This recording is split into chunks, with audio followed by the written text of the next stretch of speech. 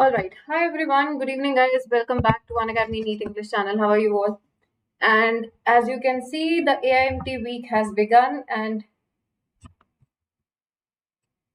I'm sure you guys have taken the test, the first mock test of this week, and this will continue every day till Friday. So, good evening, all of you. Please let me know in the chat section how many of you have taken the test today. How many of you, and how did it go? Okay. Hi, Yogendra. Let me know in the chat section how many of you have taken the test today, mock test today, and how was it? How was it? What's AIMT? All India Mock Test. It is a free mock test series for all of you guys, all of you, so that you get ready for your real NEET exam. So get the real taste of NEET before the real NEET happens. Is that clear? All right. Akinapalli has taken it. Good. Cassie has also gone for the test. Very good, very good. Crazy. Why was it crazy? Alright, guys. So, in case you've missed today's test, don't forget to take the test tomorrow. You can still enroll for it, absolutely free. The link is pinned in the chat section. And now let's move on with the today's session. Today's session is going to be very, very special, guys. This is part 1 of PYQ series, in which we are going to revise the entire class 11 biology today through PYQs and along PYQs, and I'll be explaining the topics also side by side. The concepts which have come in the NEET exams, in the previous NEET year exams, we'll be discussing that too. Good evening, all of you. Quickly share the session, and I'm sure you have already liked it. In case you've not, then please be generous and do that. All right, guys. Let's get started. It's going to be a long session. We are going to complete our class 11 PYQs. Is that clear? Solve PYQs of the last 10 years. How much? Ma'am, years. All the important, all the important. See, last 5 years have been very, very crucial because the syllabus has changed, the NTA pattern has changed. So we are going to revise these things. I'm going to tell you how this question can be modulated to form new questions for NEET 2026. We're going to discuss it all, and you should be very active in the chat and answer the questions. I can see the answer already. So let's get on to that, guys. Let's get on to that. All right. Starting with the first, X and Y are the components of binomial nomenclature. This system was proposed by this. So you have to tell which are the two components. The top two components are, first is the generic name, second is the specific name, and it was given by Carlos Linnaeus, who was also known as the father of taxonomy, or we call him the systematics, and also the father of binomial nomenclature. Are these points clear? Moving on to the next question. Yes. Then housefly belongs to which of the following family? Let me know in the chat. If you can answer all these questions, so you are well prepared. You are well prepared. Yes, please. This is from that table in which there are 4 organisms given, right? Human, housefly, weed, and mango. So you have to do that table. Again, the answer remains muscidae. Yes, the housefly belongs to the family Muscidae. Let me know in the chat section what is the scientific name. The scientific name of housefly is Musca domestica. Domestica. Amu, I'll get to that. I'll get to that. First, let's solve these questions. Now, in 2022, in taxonomic categories, the hierarchical arrangement in the ascending order, guys, in the ascending order. Now, please mind this question, because this question, the options of this question are absolutely wrong. Absolutely wrong. The ascending order starts with the species and then goes on to genus and order and so on to kingdom. But here they have, yes, yes, guys. So they have already started the option from kingdom. So it is a wrong thing, right? So it has to be keep pots clean or family gets sick. So the reverse of this should be the answer. The reverse of this should be the answer. But in case you get any such question, please go with the flow. Go with the best chosen option. Moving on now. So which of the following belongs to the family Muscidae? See, 1 year they have asked you in 1 year you have been asked to name the family of housefly, and now they are asking you which of the following belongs to the family Muscidae. So we know that it is nothing else but housefly. Let's see what is the family of cockroach. How many of you have attended the session that I've made for cockroach? Blattidy, Blattidy. You can skip this point as well, but it is Blattidy. Then firefly, that is not in our syllabus. Grasshopper, not in our syllabus. Moving on now. Now, which of the following events represent the kingdom proposed by Whittaker? Yes. Moving on to the questions of biological classification. Yes, we are starting with the second chapter, biological classification. We're first going to discuss the first 5-year papers, guys. First 5-year papers, because these are the most crucial papers. They give you real insight into NTA, right? So, okay. So according to Whittaker, according to five kingdom classification of Whittaker, arrange the following in the increasing order of complexity of body organization.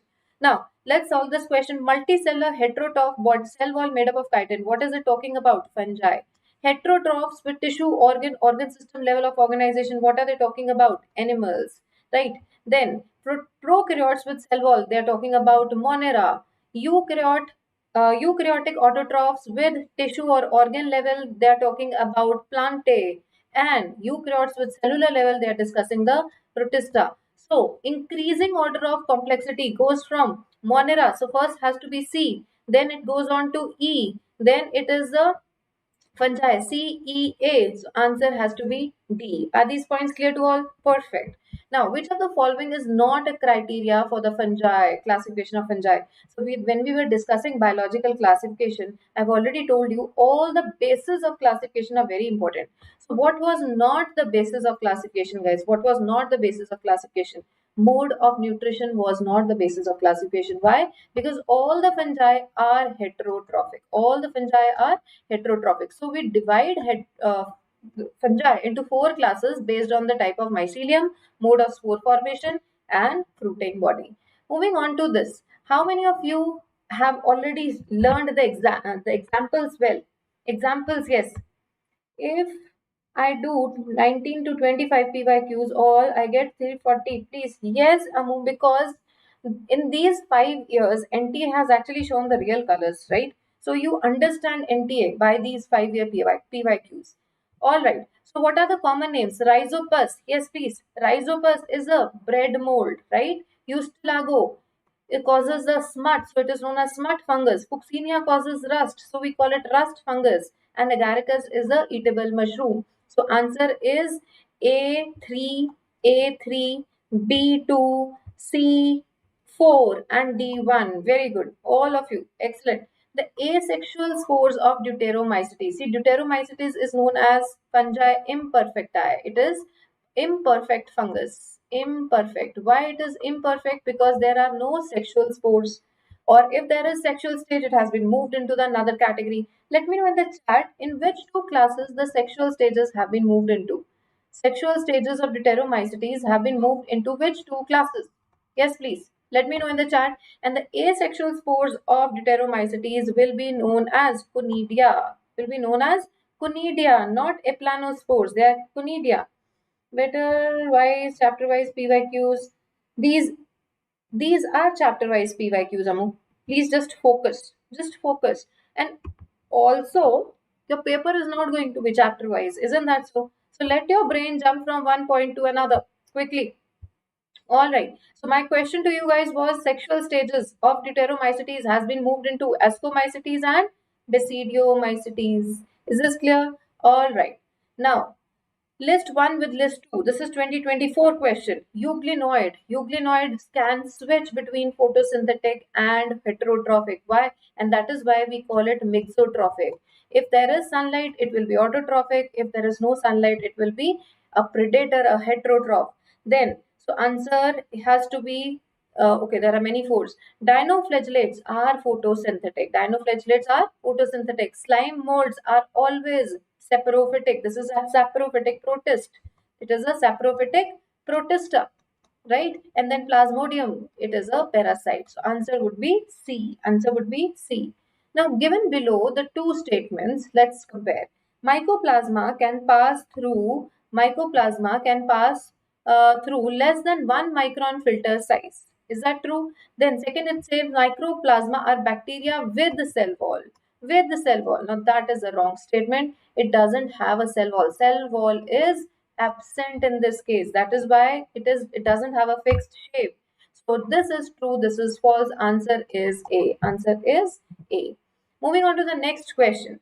So mad cow disease in cattle and Creutzfeldt-Jakob disease in humans are due to the infection of, it is prion. Can anyone name the prion? Yes, the name of the prion which causes this disease, it is bovine spongiform encephalopathy. Make sure, guys, that you know the answers before I'm telling you. Bovine spongiform encephalopathy. If there is anything that you don't know about, make sure that you have a copy and a pen with you and you are already making notes of that. You are taking into account. You are taking into account, yes, the points that you don't remember at this stage as well. All right, moving on to the next point. Which of the following statements is correct? Which of the following statements is correct? Organisms that depend on living plants are called saprophytes. Some of the organisms can fix atmospheric nitrogen in specialized cells which are known as sheath cells.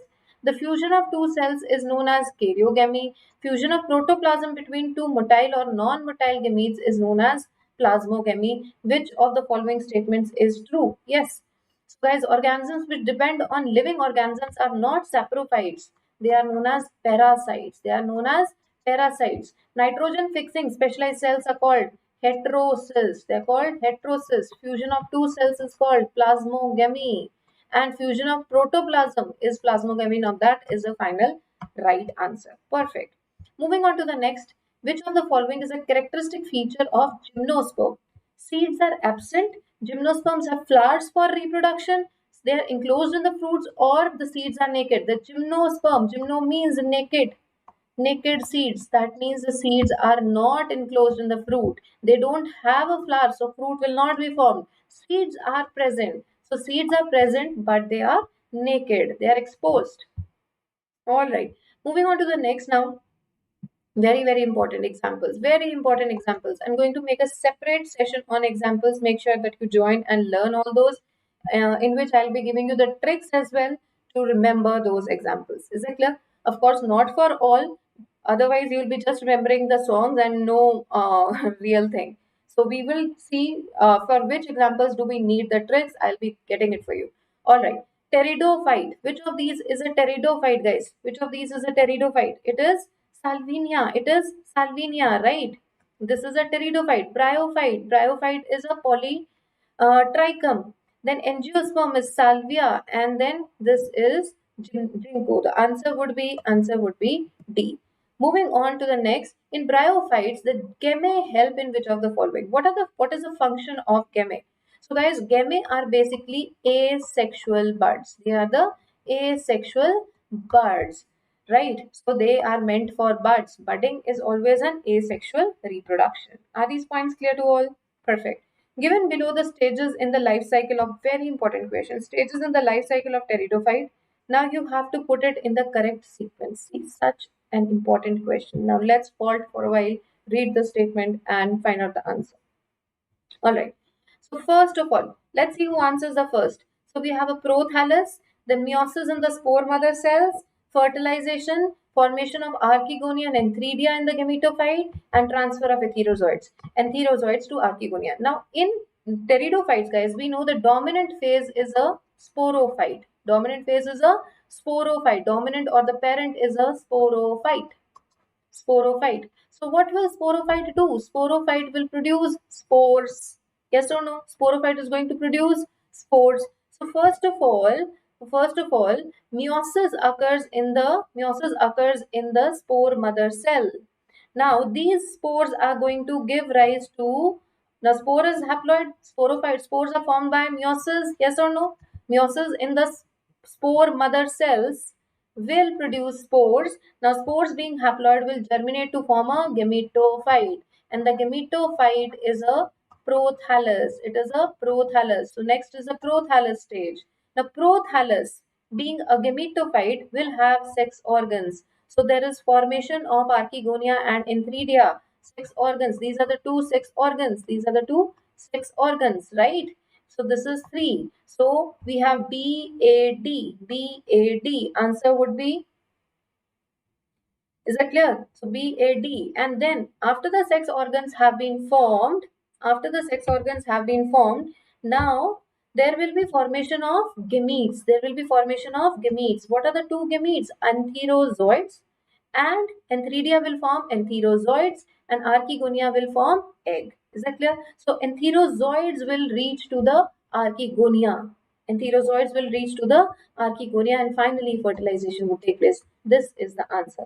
Are these points clear to everyone? So guys, we have just revised the life cycle of pteridophytes. Now, similar year we had correct sequence of events in the life cycle of bryophytes. So who knows what which life cycle are they going to ask in 2026? So get ready for all these life cycles. All right, guys. Moving on to the next.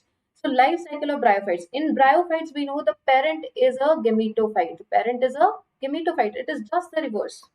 Parent is a gametophyte. So gametophyte is the one which is going to produce gametes. So gametes are produced in sex organs. So gametophyte has sex organs which are antheridium and archegonium, right? So first of all, sex organs, and in sex organs will be produced the gametes. Will be produced gametes. Let's see, fusion of attachment of gametophyte to the substratum, then reduction division to form haploid spores, formation of sporophyte, and release of entherozoids in the water. So let me know the correct. Yes.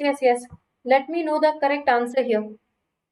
So guys, let me know the correct answer here. So attachment, first of all, parent is a gametophyte, so it will attach to the substratum. Number one. Number one. So then there will be sex organs, and sex organs will form gametes, and these gametes are going to be released in water. Then after after this male gamete, this is a male gamete released in the water, this fuses with the female gamete, which is the egg. This is the third. After fusion, what will happen after fertilization? So gametes will fuse to form zygote, right? And this zygote will divide by mitosis to undergo mitosis to form a sporophyte. It will form a sporophyte. So this is 4. So we have B, we have E, then it is A, and then we have D. So answer would be A. Answer would be A. Answer would be A. Please make sure that all these points are clear to you. After formation of sporophyte, guys, you know the sporophyte consists of foot, setae, capsule. It consists of foot, setae, and capsule, and within capsule are present the mother cells. So within capsule, the reduction division would take place. So this is going to be the last step. So all those of you who were saying D, please rectify and correct yourself. Now coming on to read the following statements and choose the set of correct statements in the members of Pheophyce. Okay, we are going to talk about Pheophyce, that is brown algae. Brown algae, it says. All right. Asexual reproduction occurs usually by biflagellate zoospores. Is that clear? Is that true? Yes or no? Is that true? This is a true statement. So there are two flagella which are lateral. One is long and tinsel shaped and the other one is short. Then the sexual reproduction is of oogamous type only? No. This is true only about the rhodophyce. Then stored food is in the form of carbohydrate, either mannitol or laminarian. This is true. Then major pigments are chlorophyll A, C, carotenoids and xanthophylls. This is also true. Yes, vegetative cells have cellulosic cell wall covered with a gelatinous coating of algin. Please let me know if this is true as well. So which of the following are the correct statements? It's A, C, D, E. A, C, D, E. Answer will be C. Before me announcing the answer, you should be able to find the answer. If you are able to do that, you are totally ready for the NEET exam. Now, microscopic angiosperm. Which of this is a microscopic? That means smallest angiosperm. The example of smallest angiosperm is Wolffia. So, very first option will give you the answer. Let's just go through the others also. Tallest gymnosperm. Yes, it is Sequia. Thyloid bryophyte is a Markensia, and heterosporous pteridophyte is Salvinia. What is another name? Sorry, another example of heterosporous. It is Slegionella. Even Slegionella is heterosporous. Are these points clear to all? Please let me know. Yes, please. So which of the following is a correct match, guys? So gymnosperms, Cedrus, Pinus, and Sequia. Are they all gymnosperms? Are they all gymnosperms? Please let me know in the chat. Then angiosperms, Wolfia, Eucalyptus, and Sequoia. Let me know. Then talking about bryophytes, Polytrichum, Polysiphonia, and Sphagnum. And Sphagnum, are these all bryophytes? And then we have Pteridophytes, which is Equisetum, Ginkgo, and Ediantum. Are these all Pteridophytes? Please let me know. Please let me know. Answer is A. Answer is A. Yes. Gymnosperm, Cedrus, Pinus, and Sequoia. Sequoia is a giant redwood tree. Giant redwood tree. So this is the correct answer. Why? Sequoia, this is not an angiosperm. Then what is wrong about C? What is wrong about the C option? Let me know. What is wrong about the C option? Which of these is not a bryophyte? Yes, guys. Polysiphonia. Polysiphonia is a red algae. It is a red algae. And then out of these pteridophytes, again, Ginkgo is not a pteridophyte. Ginkgo is a gymnosperm. So that is why only option A is the correct answer. Hanji. Please don't work. No, Jayashree, let me just excel in this. I think that will be more than enough. Identify the pair of heterosporous pteridophytes. Just told you. So in one of the years they have given heterosporous spread pteridophyte in match the following, and now see 2023 they have asked a pair. So the answer is Legionella and Salvinia. Legionella and Salvinia. Are these points clear? Perfect. Which of the following two statements, assertion, reason, let's go through it. Now, the first statement says the first stage of gametophyte in the life cycle of moss is a protonema stage. Tell me, is it true or false? And then protonema develops directly from the spore produced in the capsule. Yes, please. So, is this the correct statement and whether it is a true explanation? So, let's see. This is a true statement, while this is also true that spores produced in the capsule will directly give rise to the protonema stage. So, why is protonema the first stage? Because it develops directly from the spores. Answer would be A. Answer would be A. Absolutely. Coming on to another assertion reason. In gymnosperms, the pollen grains are released from the microsporangium and carried by air currents. Is that true? Air currents carry the pollen grains to the mouth of Archegonia, where the male gametes are discharged and pollen tube is not formed. In the light of the above statement, choose the correct answer from the following. Yes, guys. So are these two statements true? Yes, these two statements are true. But does it explain it correctly? Does it explain it correctly? So, see, pollen grains are released by microsporangium carried by air currents because air current will carry the pollen grain to the mouth of Archegonia. And so, you mean that since it is directly reaching to the mouth of Archegonia where the male gametes are discharged and pollen tube is not formed. Is that true? No, it is not a correct explanation. It is not a correct explanation. So, sorry, answer would be C. Answer would be C. Both statements are true, but it doesn't correctly explain as said. Is that clear? It does not pollen tube form. Yes. Next, match the following list 1 with list 2. Pteropsida. Let's see. Pteropsida. Then Lycopsida, Psilopsida, and Spinopsida. Now, if you know these 4 examples and 4 classes of pteridophytes, then you are good to go for your NEET exam. Quickly let me know. Quickly let me know if you remember these examples by heart, then you are good to go for your NEET exam, guys. Nothing can stop you. Yes, please. So Pteropsida, what is the example of Pteropsida? Lycopsida. You have to learn all the examples, guys. You have to learn all the examples. So what is the answer to this question? Let me know in the chat. So answer would be Pteropsida is an ediantum. Example of Lycopsida is Slegionella, right? Then, so we have 3, 4. Yes, answer would be D. Answer would be D. Are these points clear to all? Please let me know. Answer would be 4. Is that clear? So Psilopsida is xylotum, then it rhymes with each other, and Spinopsida would be equisetum. You have to learn all the examples. Then, which classes of algae possess the pigment fucoxanthin and phycoerythrin? Yes, please. Phycoerythrin. Erythro word is for red. So this is the red algae.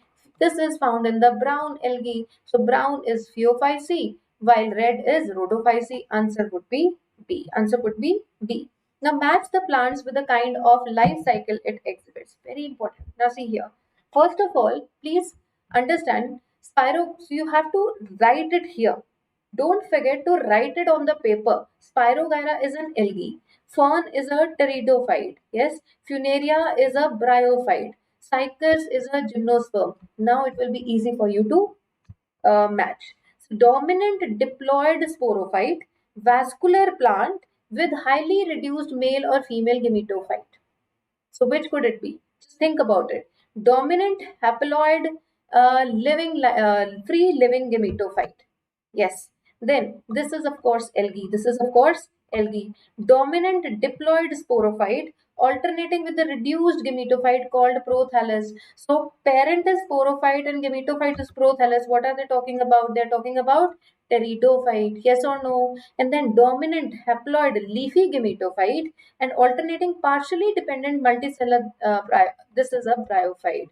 And what else is this? This is a gymnosperm. This is a gymnosperm. Gymnosperm has dominant diploid sporophytic body with well-developed vascular system and the highly reduced male and female gametophytes. That means the pollen grains and the ovule. Are these points clear? Please let me know that these points are super clear. So what will be the answer? Can you find out easily?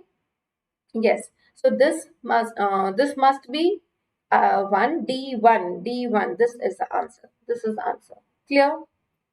All of you? Alright. Which of the following is incorrectly matched, guys? What is incorrectly matched here? Eulothrix. First of all, identify to which class does it belong to. Eulothrix belongs to which class? Porphyra. Then Volvox and Ectocarpus. Now see, Ectocarpus is a brown algae. It is a Phaeophyce. Yes. Volvox is a chlorophyce. It is a green algae. Porphyra, Polysiphonia, है ना, Gelidium and Gracilaria, these are all red algae. These are all red algae. So, and Eulothrix is again a green algae. So now see, which of the following is incorrectly matched? We know that Floridian starch is present in red. This is true. Green algae has starch and this has fucoxanthin. The wrong statement is this. Green algae doesn't have mannitol. Mannitol is found in brown algae. Just discuss the question. Just discuss the question. Is the point clear? Okay, San, I'll note it up. Now, hydrocolloid carrageen. Yes, please. Hydrocolloid carrageen means water storing. They have water holding capacity. So, which two algae are known to produce hydrocolloid carrageens? It is carrageen, not anything else. Hydrocolloids are produced. There are two hydrocolloids. One is carrageen. What is another one? Yes, guys, what is another hydrocolloid that is known to us? Quick. Let me know in the chat. Hydrocolloids. Carrageen is produced by carrageen. There is double R. Remember, carrageen is produced by Rhodophyce. It is produced by Rhodophyce. Are these points clear? Right. Moving on. Now, list 1 with list 2. Okay, let's see. Chlamydomonas, we know it is an algae. So, A3. Okay, there are 3 options. A can't be the answer. Cycas is a gymnosperm. D4. So, B has to be 4. This is the answer. Let's check the other ones. Legionella is a pteridophyte and it is heterosporous. And sphagnum is a moss. So, answer confirmed, which is C. Are these points clear to everyone? Please let me know. Please let me know, guys. Are you able to revise everything? Are you able to recollect the answers? Now, read the following statements. Identify the characters related to alga shown in the diagram. The diagram is not shown here, but let's skip this. NEET 2021 question. Gamma are present. So see, it has been repeated. In the beginning, 2024, I think we got this question. Gamma are the asexual buds. So where are they present? Where are they present? They are present in some liverworts. They are present in some liverworts, like Merkensia has it. So in your NCERT book, there is gamma drawn while they have represented Merkensia. Yes. Now, which of the following produce carrageen? See, this carrageen is frequently asked. So which produces carrageen? Carrageen is produced by the brown algae. It is produced by the brown algae. Are these points clear? Are we able to recollect? Yes, please. Are we able to recollect?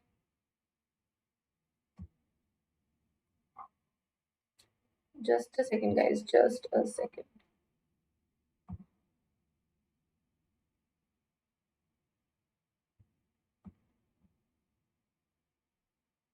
Just a second.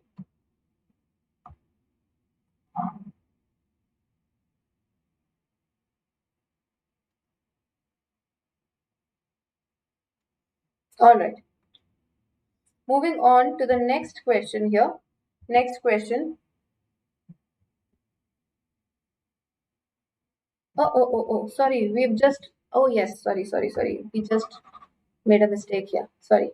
We just read that it is not the double R. So it is the red algae. Yes, it is the red algae. Sorry. Which of the following algae contains mannitol? Again repeated. So that table of CPR, chlorophyce, pheophyce, rhodophyce, you're getting many questions from that table. Many questions. Is that clear? So make sure that you revise that table. I hope all those of you who are attending the session, they are noting down their weak points. They are noting down their weak points.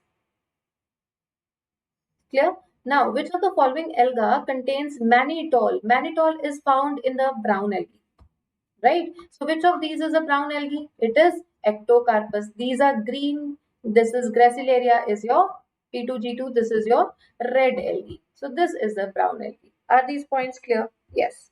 Now, which of the given below are the two statements? One labeled as this. All vertebrates are chordates, but all chordates are not vertebrates. Very famous line, right? I think this is one line which you will not even forget after clearing your NEET exam, even when you become a doctor. Now, the members of subphylum Vertebrata possess notochord during the embryonic period, but the notochord is replaced by cartilaginous or bony vertebral column in adults. Now, both the statements are absolutely true. Now, does this R explain the first statement? Yes.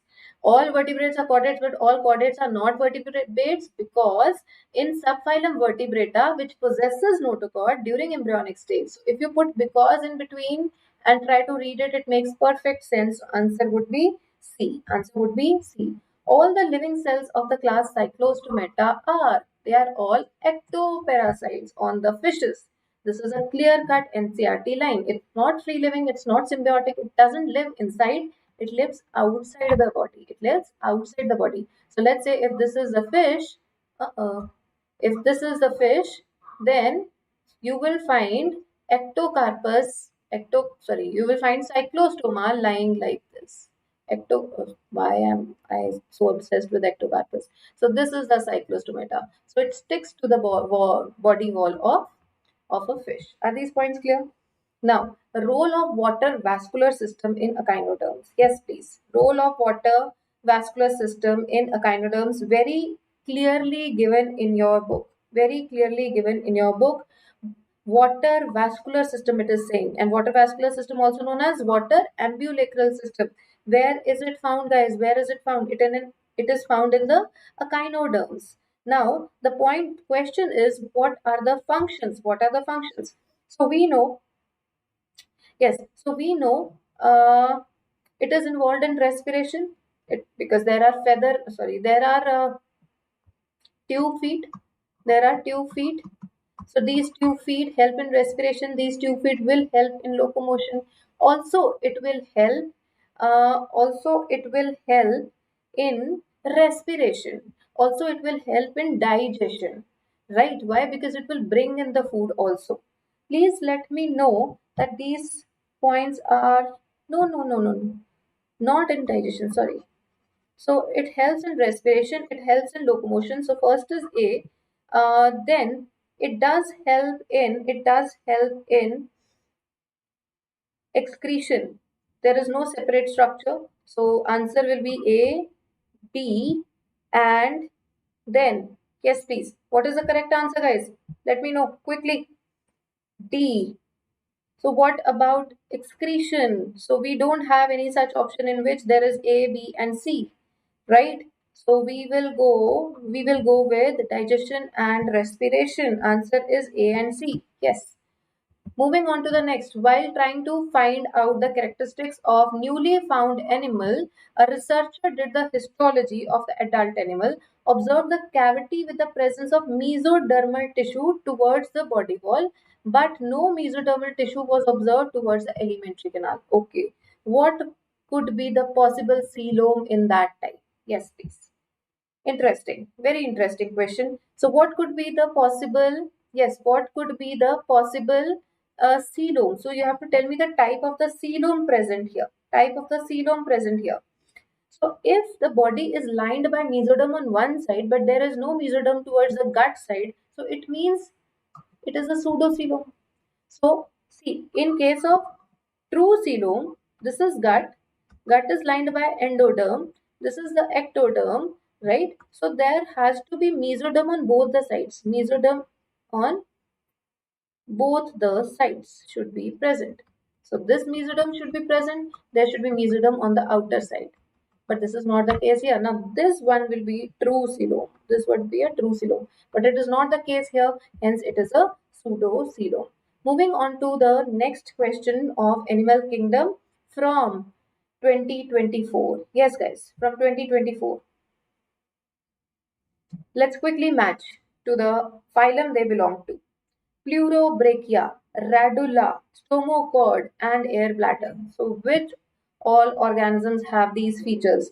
So we know that air bladder is found in Osteichthyes. So D3. So these could be the answers. Stomachord is found in Hemichordata. So it has to be C4. This is the answer. Let's check others also. Radula is the mollusca. Pleurobrachia and Tinoclana are the examples of Ctenophora.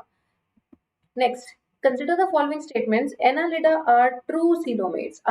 Is this statement true? Annelids are true coelomates. Poriferans are pseudocoelomates. Okay. Then Escalminthes are acoelomates and Platyhelminthes are pseudocoelomates. Which of them are true? It is asking for the true statements. Annelids are true? Yes. Poriferans are pseudocoelomates? No, they are acoelomates. They are acoelomates. Escalminthes are acoelomates? No, they are pseudocoelomates. And platyhelminthes are not coelomates, they are again acoelomates. Right? So the only correct statement would be A. Only correct statement would be A. Right? Which are the following statements about non-chordates? You have to find the most appropriate answer about non-chordates. Pharynx is perforated by gills. No, this is a chordate feature. So this is a wrong statement. Chordate is notochord is absent. This is true. Central nervous system is dorsal. This is again a chordate feature. Heart is dorsal. If present, this is a non-chordate feature. And then post-anal tail is absent. Yes. So answer should be B, D, and E. So answer would be C. Are these points clear? Are these points clear? Right? So apart from these two, you know that there is nerve cord also present on the dorsal side, right? There is post-anal tail. So here it says post-anal tail is absent. So this becomes a non-chordate feature. Now, let's revise the scientific names with the common names. Pterophyllum, then Myxine, Pristis, and Exocetus. Yes, please. Exocetus. Exocetus is known as a flying fish, right? Then Pristis is the angelfish. So C2. Then Myxine is the hagfish. B1. C2, B1. So it could be this or this. Then Pterophyllum is the angelfish. A3. Answer would be D. This was already done. Are these points clear? Then which of the following group has three-chambered heart? Three-chambered heart. So we know three-chambered heart is found in amphibians.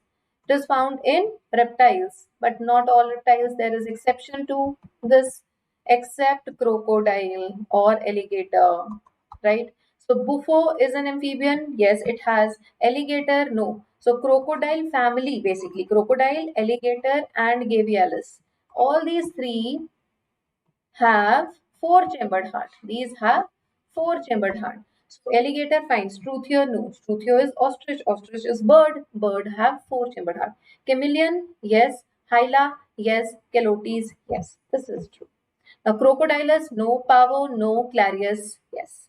And then, sorry, Clarius is magul. It is a fish. No, it has a two-chambered heart. Now Exocetus, yes. Sorry, this has two. Hemidactylus is a wall lizard. Yes. Rana, yes. So answer would be B. Answer would be B. Given below is a list of some sexually reproducing organisms. You have to select the hermaphrodites. That means who are bisexual. You have to select the bisexual organisms. All right. Which of them are bisexual? Cockroach, male, female are separate, so it is unisexual. Leech is a bisexual. Housefly, male, female, alag. Tapeworm, again bisexual. Earthworm, again bisexual. So answer is B, D, E. B, D, E, answer will be C. So you have to clearly list down all the organisms which are bisexual and which are unisexual. Then this is assertion reason. It says in hemichordates, the body cavity is lined by mesoderm. Okay. In Ascalminthes, the body cavity is not lined by mesoderm. Does it explain? First of all, let's find if it is true or false. So we know that hemichordates are true coelomates. They have a true coelom. So in case of true coelom, yes, body cavity is lined by mesoderm on both sides. Then Ascalminthes we know has a pseudocoelom, and we have just seen a question in which we identified a new organism based on the coelom. The body cavity not lined by mesoderm, that will be known as pseudocoelom. Yes or no? Body cavity is present but not lined by mesoderm. What else it could be? It is a pseudocoelom. So A is true and B is false. Are these points clear to everyone? Yes. Which of the following is an incorrect match? Annelids and arthropods both have bilateral symmetry. Absolutely true. Sponges are acoelomates. True. Coelentrates and ctenophores have radial symmetry. Yes. Platyhelminthes are diploblastic. Now this is wrong. Why? Because platyhelminthes is a first triploblastic organism. It is a first triploblast. It is a first triploblast. Are these points clear to everyone? Please let me know. All right, guys. Coming on to next, you have to match the scientific names with the common names. Okay. Now, Asterias, everybody knows this is starfish. So, A4. Antedon. Antedon is a, yes, please. Ophura is a, let me know the correct names. Good evening, Pankaj.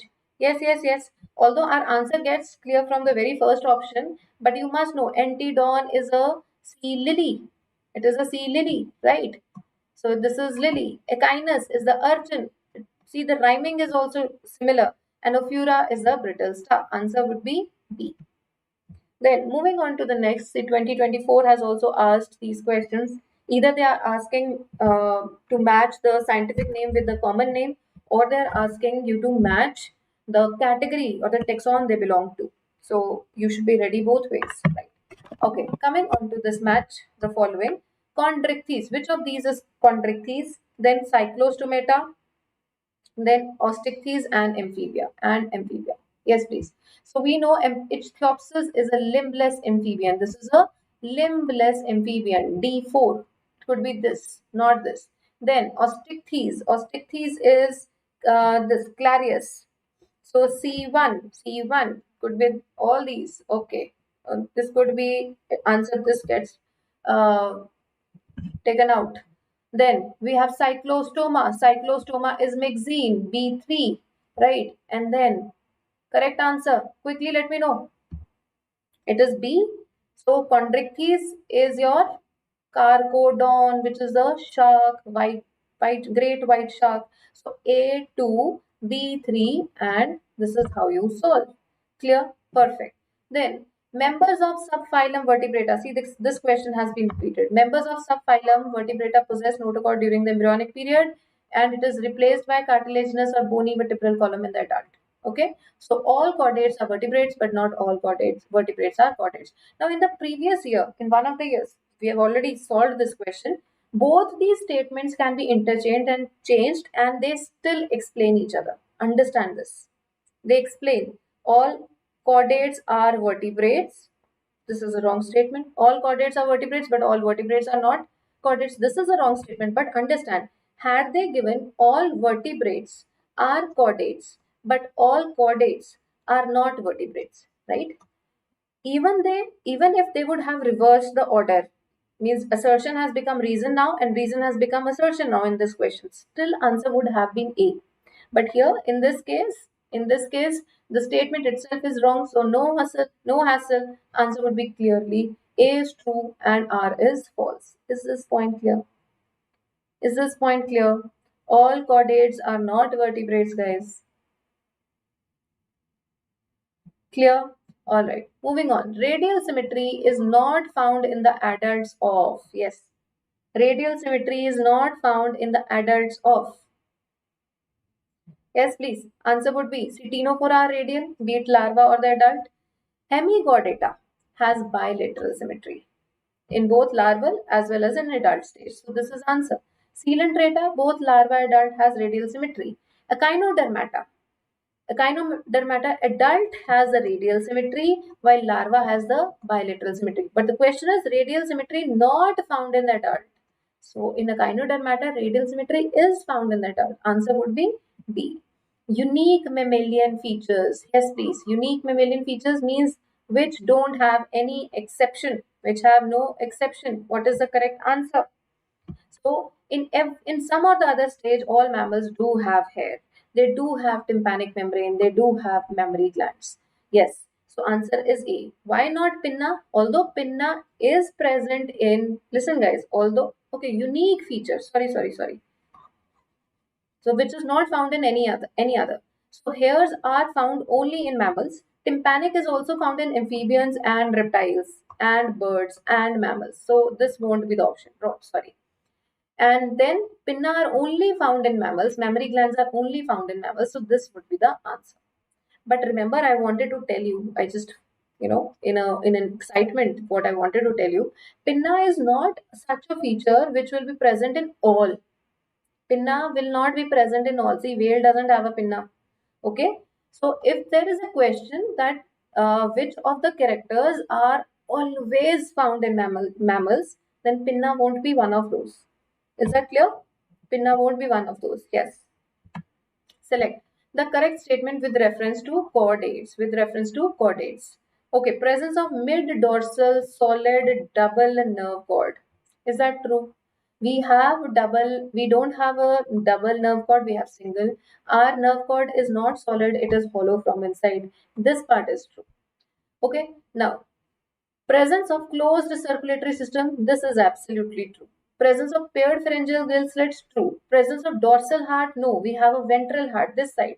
We are triploblastic, but we are not pseudocoelomates. So the only correct statement would be B. All right. Moving on. Now, contractile vacuole is found in some of the protozoans. Like amoeba. Water vascular system is found in the echinoderms, which is asterias here. So A2B1.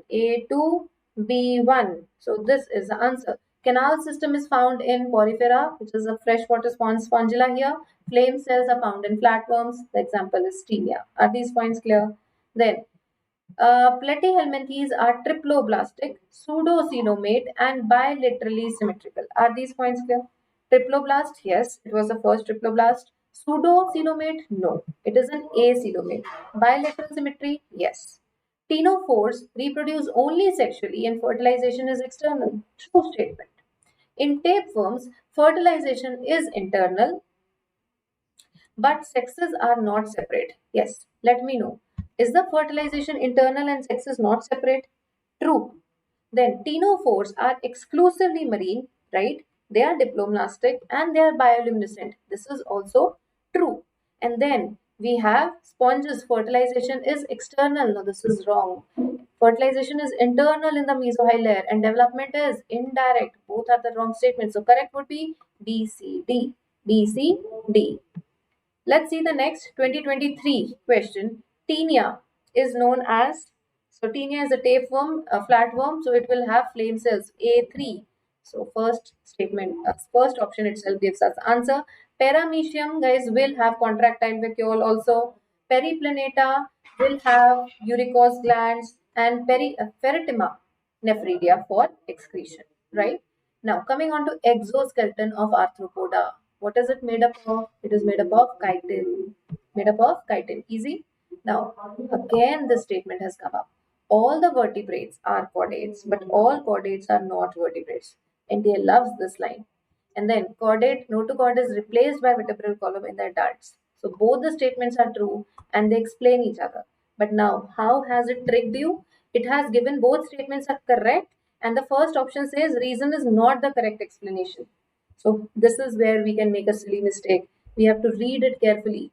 The reason is the correct explanation is given in the D option. It is given in the D option. I see. This is where you're making a mistake. Is this clear? Now,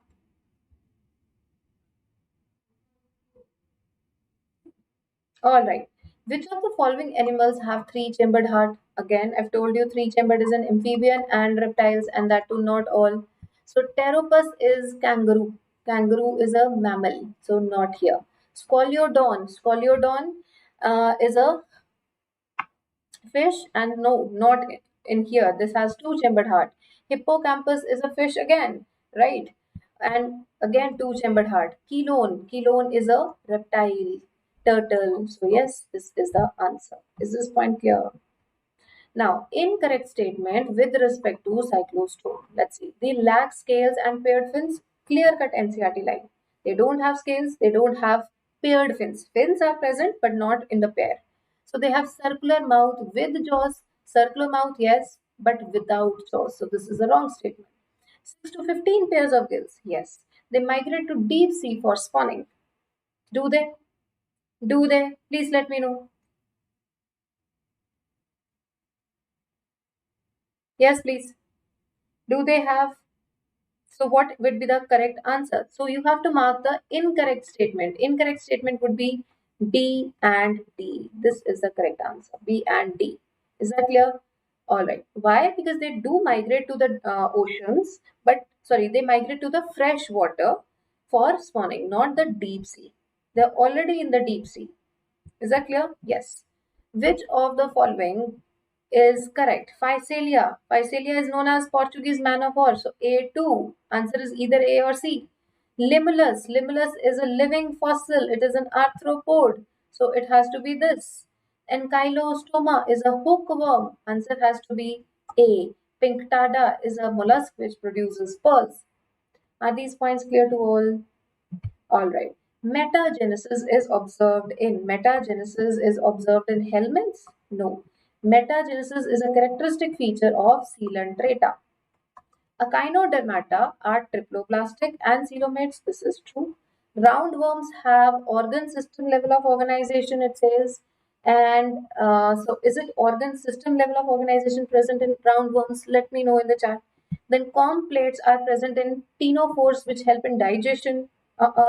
Water vascular system is a characteristic of echinoderms. So answer would be E, B, E, B, which does have, and D. Yes. So these are the correct statements and rest of them are false. So comb plates are not meant for digestion. They are present in ctenophores. They are meant for locomotion. They are meant for locomotion. Are these points clear to all? All right. Now you have to match the characteristics again. Metamerism is first seen in Annelida. So A3. Answer is A or D. Canal system is found in Porifera. It has to be 4. Then comb plates are found in, just told you, Ctenophora. Answer would be 2. This is the correct answer. And cnidocytes are found in Coelenterata. Please let me know that these points are clear to you all. Please let me know these points are clear to you all. Yes, please. All right, guys.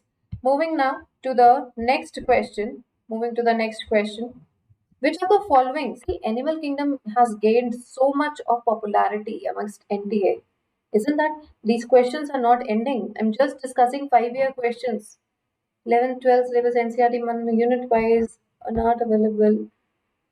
Please post the previous lecture notes. Okay, Linky. Okay, I'll do that. First, let's solve these questions today. Let's solve these questions today. Now it says, which of the following organism bear hollow and pneumatic long bones? Now this is a flight adaptation. Why does an organism need hollow and air-filled long bones? This is for flight. So which of these are birds? So it should be present in the birds. Macropus is kangaroo. Ornithorhynchus is a platypus. Neophron is a vulture. Hence it is a bird. This is the answer. Hemidactylus is a wall lizard. Then bilaterally symmetrical acoelomate animals are exemplified by bilateral and acoelomate. So which of all are the acoelomates? So we know it is porifera. Acoelomates are porifera, coelenterata, ctenophora and platyhelminths and platyhelminth. These are the acoelomates. Now, which are bilaterally symmetrical? This has no symmetry. This has radial symmetry. So, answer would be platyhelminthes. Are these points clear? Let's move on to the next question. True about the phylum Chordata. In Urochordata, notochord extends from head to tail and present throughout life. In Vertebrata, notochord present during embryonic period only. In central nervous system is dorsal and hollow. And then chordata is divided into subphylum Hemichordata, Tunicata, and Cephalochordata. So clearly this is wrong. Chordata is divided into Tunicata, Cephalochordata, and Vertebrata. So this is the wrong thing. This is dorsal and hollow. Vertebrata, embryonic. This is also right. In Urochordata, head to tail throughout life. No, it is present in Cephalochordata. So the correct answer would be 2 and 3. Answer will be D. Is this point clear? Now moving on to the next. Yes. Gregarious means walks in group, flies in groups, and polyphagous pest. This is Locusta. I don't know if you remember this polyphagous pest, Locusta. This really attacked our fields during COVID period also. If you remember the Locusta thing happening during COVID. Anyways, so answer is A4. A4. This is the correct answer. Adult with radial and larva with bilateral symmetry. It should be in the Echinodermata, which is Asterias, right? Book lungs are found in Scorpio. And bioluminescence is a characteristic feature of Tenoplana. Clear? Now, organ system level of organization. What have I done? Okay, organ system level of organization, guys. And then bilateral symmetry and true coelomates. Let's see. Select the correct option which possesses all the above characteristics. All the above characteristics. Okay. Annelida has organ system, bilateral and true coelom. Mollusca has organ system, bilateral symmetry and true coelom. Chordata has this. So this should be the answer. See, Annelida has, Arthropoda has, and Chordata has bilateral. Okay, true with okay, there are 4 features actually. Segmentation. No, it is not mollusca. It is this because mollusca doesn't have segmentation. So they have asked two different. They have mentioned two features in the same point. So take care of that, guys. So organ system, bilateral symmetry, true coelom, and segmentation. Mollusca doesn't have segmentation. Rest all the features were present. So again, all those which have mollusca will not be the answer. Right. Now, respective features. Pila has a radula. Mollusca has a filing and rasping organ. Bombyx is a silkworm. It is an insect. So, insects are supposed to have Malpighian tubules. Then, Taenia is a flatworm. It will have flame cells. So, A3, B4, A3. Okay, sorry. This is A, B, C, D. A3, B4. 4 and D1. So this is the correct answer. This is the correct answer. Are these points clear to all? So what questions did you want to ask? Guys, please concentrate. Why are you talking uselessly? Now, which vertebrate group it is asking has crop and gizzard in its digestive system? Which of this has a crop and gizzard? It is found in birds. It is found in birds, that is Aves. Had the question been with identify the non-chordate group, can you answer the question? The non-chordate group which has crop or gizzard.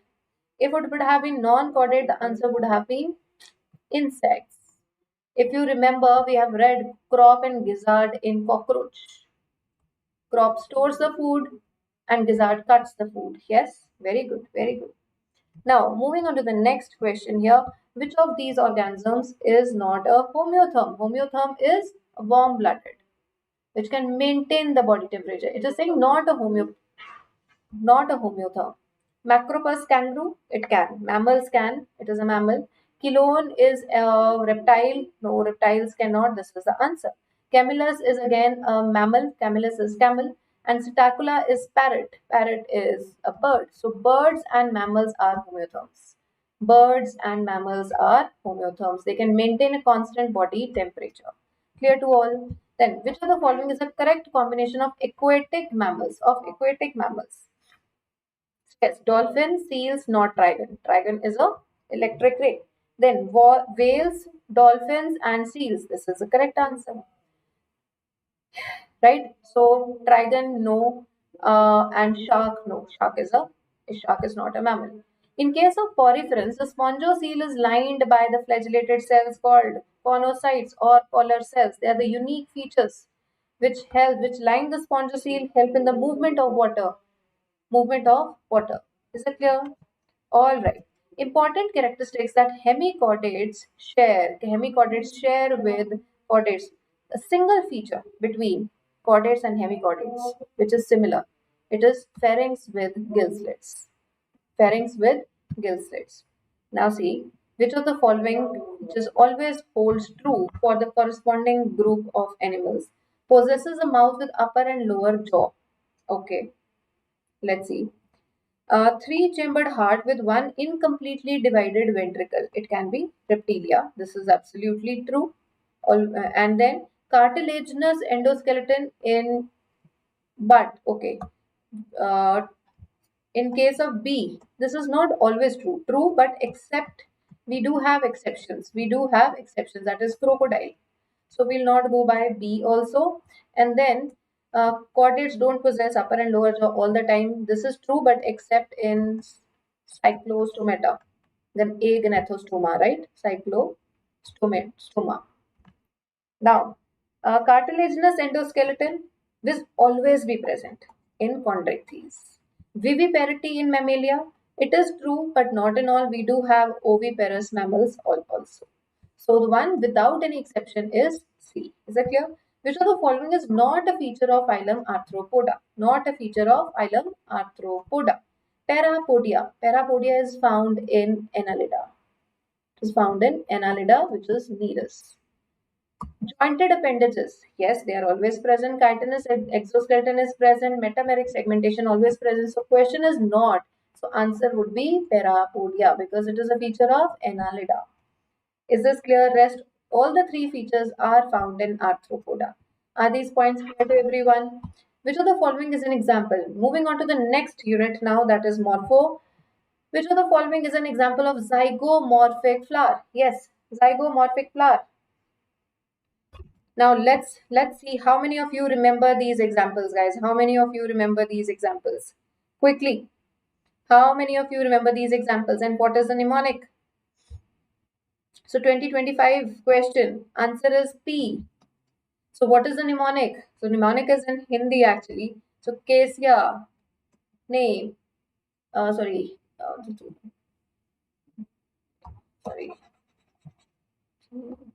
Is it clear? So it is P. Zygomorphic is P. Please let me know all these points are clear. I hope you remember the examples. So there are other examples also. It is Kesia, Ne, Gulmohar, P, K, Bean, Bajai. So this is in Hindi though, but we can learn it. So Kesia, Gulmohar, P, beans. Alright, moving on to the next statement. In the floral formula, this symbol stands for zygomorphic nature and G with a bar below stands for inferior ovary. So statement A is absolutely wrong. So this is a sign for actinomorphic and the bar below the G indicates it is a superior ovary. It is a superior ovary. In floral, this stands for actinomorphic and this stands for superior ovary. So this is right. So 1 is incorrect, 2 is true. This is the correct answer. Please let me know that these points are clear. Please let me know these points are clear, right? Okay. Now in the seeds of cereals, so by the way guys, I have made a small video on all the plant families. Make sure that you do watch them. I've tried to make things very, very easy for you for the families. Just 5 floral formulae. If you can just rectify 5 formulae for this last moment, just things will be so easy for you. Just 5 formulae and things will be easy. Even if you don't want to learn the entire family, now just learn that. Now, in the seeds of cereals, the outer covering of endosperms separates the embryo by a protein-rich layer. What do we call it? Aleuron layer. We call it aleuron layer. So this is the embryo. This is the endosperm, and it is separated by, there is this whole layer known as, this is the aleuron layer. Yes or no? Right? Okay, perfect. Moving on now. Scutellum. Scutellum is the term given to single cotyledon of monocots. Single cotyledon of monocots. Now see. So answer is A2. Non-albuminous. Non-albuminous are found in the monocots. No endosperm. Sorry, no non-albuminous are found in the dicots. Right? Then, so dicot is this. So we have A2B3. A2B3. This is the correct answer. Epiblast. What is epiblast?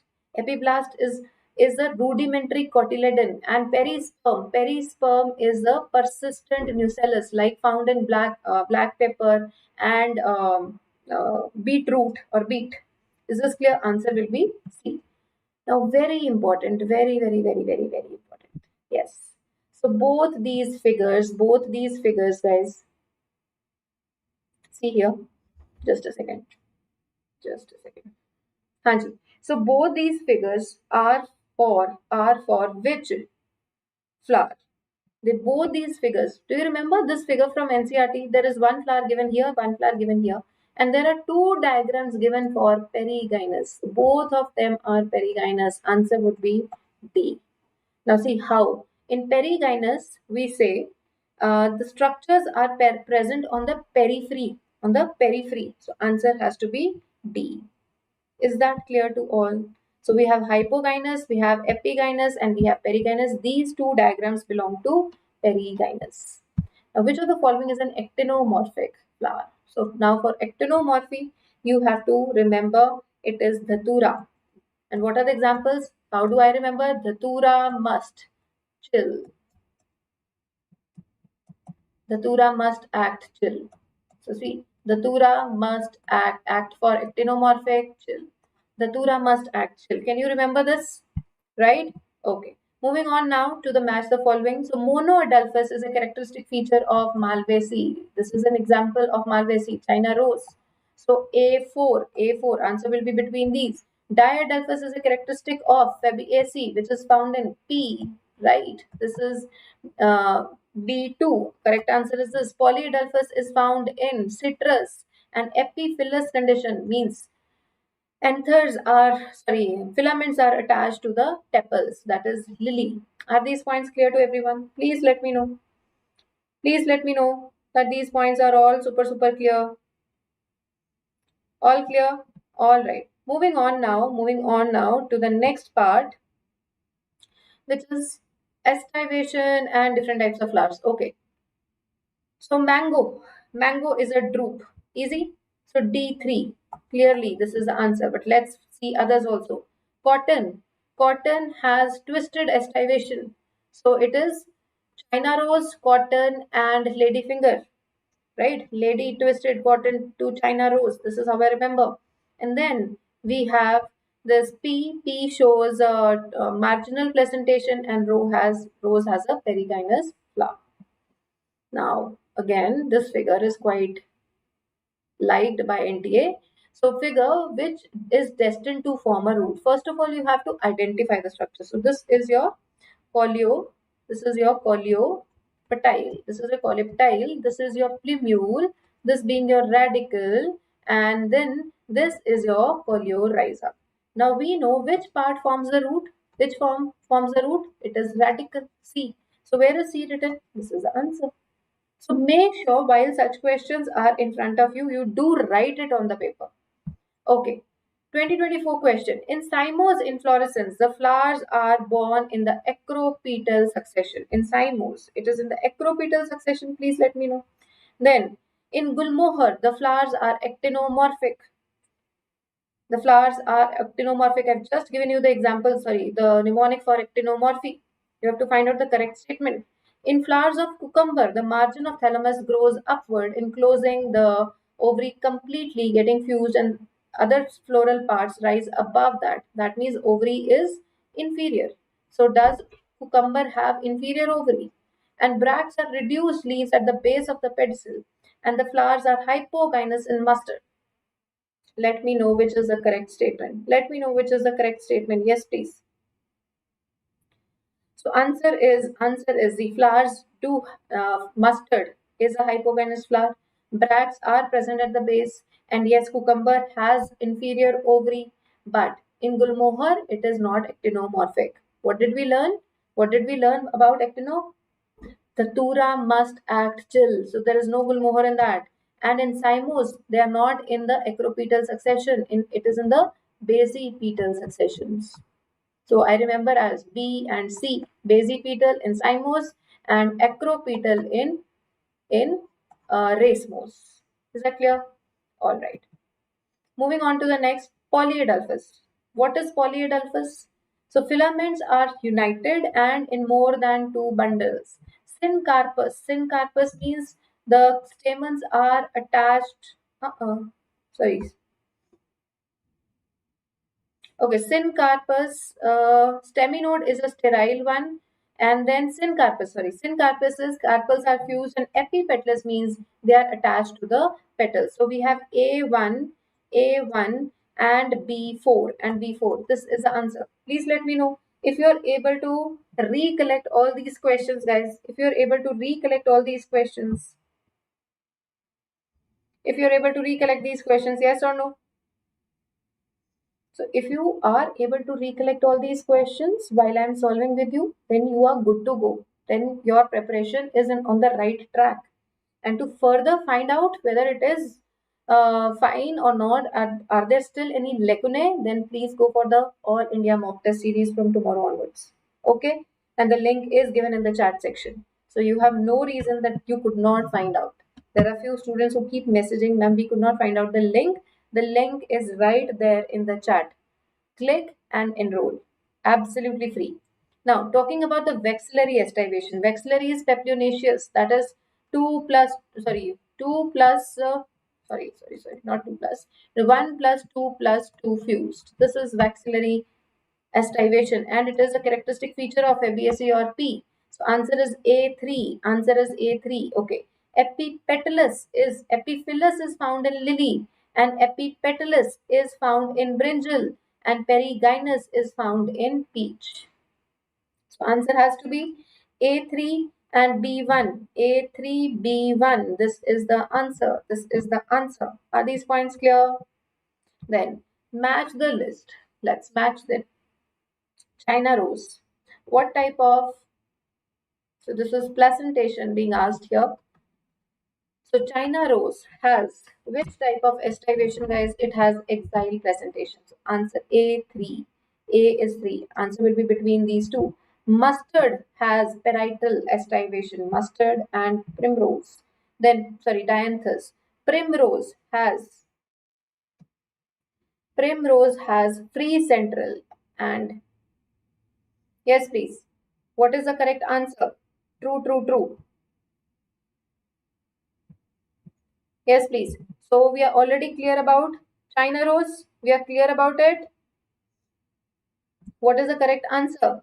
So we have A3. China rose is showing exile placentation. Mustard has parietal. C. Primrose has free central. And marigold has basal. Answer would be C. Are these points clear? Let me see what are you talking about in the chat. What are you talking about in the chat? Guys, please concentrate. Many of you are, yes, very good, guys. All those of you who are just busy putting the answers in the chat, this is the right way. And if you are able to answer so quickly, perfect, ready to go. Now, family Fabaceae differs from Solanaceae and Liliaceae. Of course, it does. With respect to stamens, pick out the characteristics specific of family Fabaceae and not found in Solanaceae and Liliaceae. This is 2023 question. So this is how family related questions can come up. And now you can easily answer this question if you remember the floral formula. Just the floral formula will help you. Now see, in Fabaceae, guys, there is always diadelphous condition and it has a diathecous anther. Fabaceae has a diadelphous condition. Yes or no? Please let me know. Yeah, it has a diadelphous condition. So which is not found in, so 9 plus 2, 9 fused plus 1. So this is how we write the androecium in case of Fabaceae, right? Now learn more for floral formulae. Liliaceae is not in your syllabus, but for Solanaceae, you can easily find out. Now coming on to the next question. Flower is a modified shoot wherein the apical meristem changes into the floral meristem. Absolutely true. Internode of the shoot gets condensed to produce different floral appendages laterally at the successive nodes, instead of leaves. This is also true. And it correctly explains why do we call flower a modified shoot? Because in shoot there are internodes and nodes, right? Now what happens here? Instead of bearing leaves, now these nodes are going to give rise to the floral appendages and not the leaves. So this is a correct explanation. Answer will be D. Next question is exile placentation. Exile placentation, guys, is found in, it is China rose, petunia, and lemon. This is exile. Then calotropis. Estivation is valvate. I just remember it as CV. Then in pea flower, 5 petals are arranged in a specialized manner, one posterior, two lateral, and two anterior. These are known as, so the one posterior is known as standard, the two laterals are known as wings, and the third one is known as keel. This is the answer. This is the answer. Please let me know that all these points are super clear to all. They are super clear to all. By the way, standard is also known as vexillum. The term that you see here, vexillum, is another term for standard. Is that clear? It is another term for standard. Please let me know all these points are super clear. Moving on to the next. Now again, examples of zygomorphic and so on. So zygomorphic, see here. So zygomorphic is cassia. Hypogynous is your mustard. He must bring, so mustard. Perigynous is plum and epigynous is cucumber. So correct answer would be C, D, this and this. Okay, answer would be D. Answer would be D, right. Then we have estivation again, imbricate estivation. So imbricate estivation is seen in, imbricate is in case of bean. Valvate is in case of cotton. Yes. Vexillary is in case, vexillary is in case of bean, not imbricate, right? Sorry. So vexillary. So C4. What would be the correct answer? It is either A or D. Now see here. The correct answer would be imbricate is found in cassia, right? What are you saying? Okay, right. Valvate is found in cotton, right? So B is 3 here. So we have valvate in cotton as well. We have, okay, valvate is also found in calotropis. Yes. So if you relate it with the other example, cotton malvaceae, yes, we do find it here also.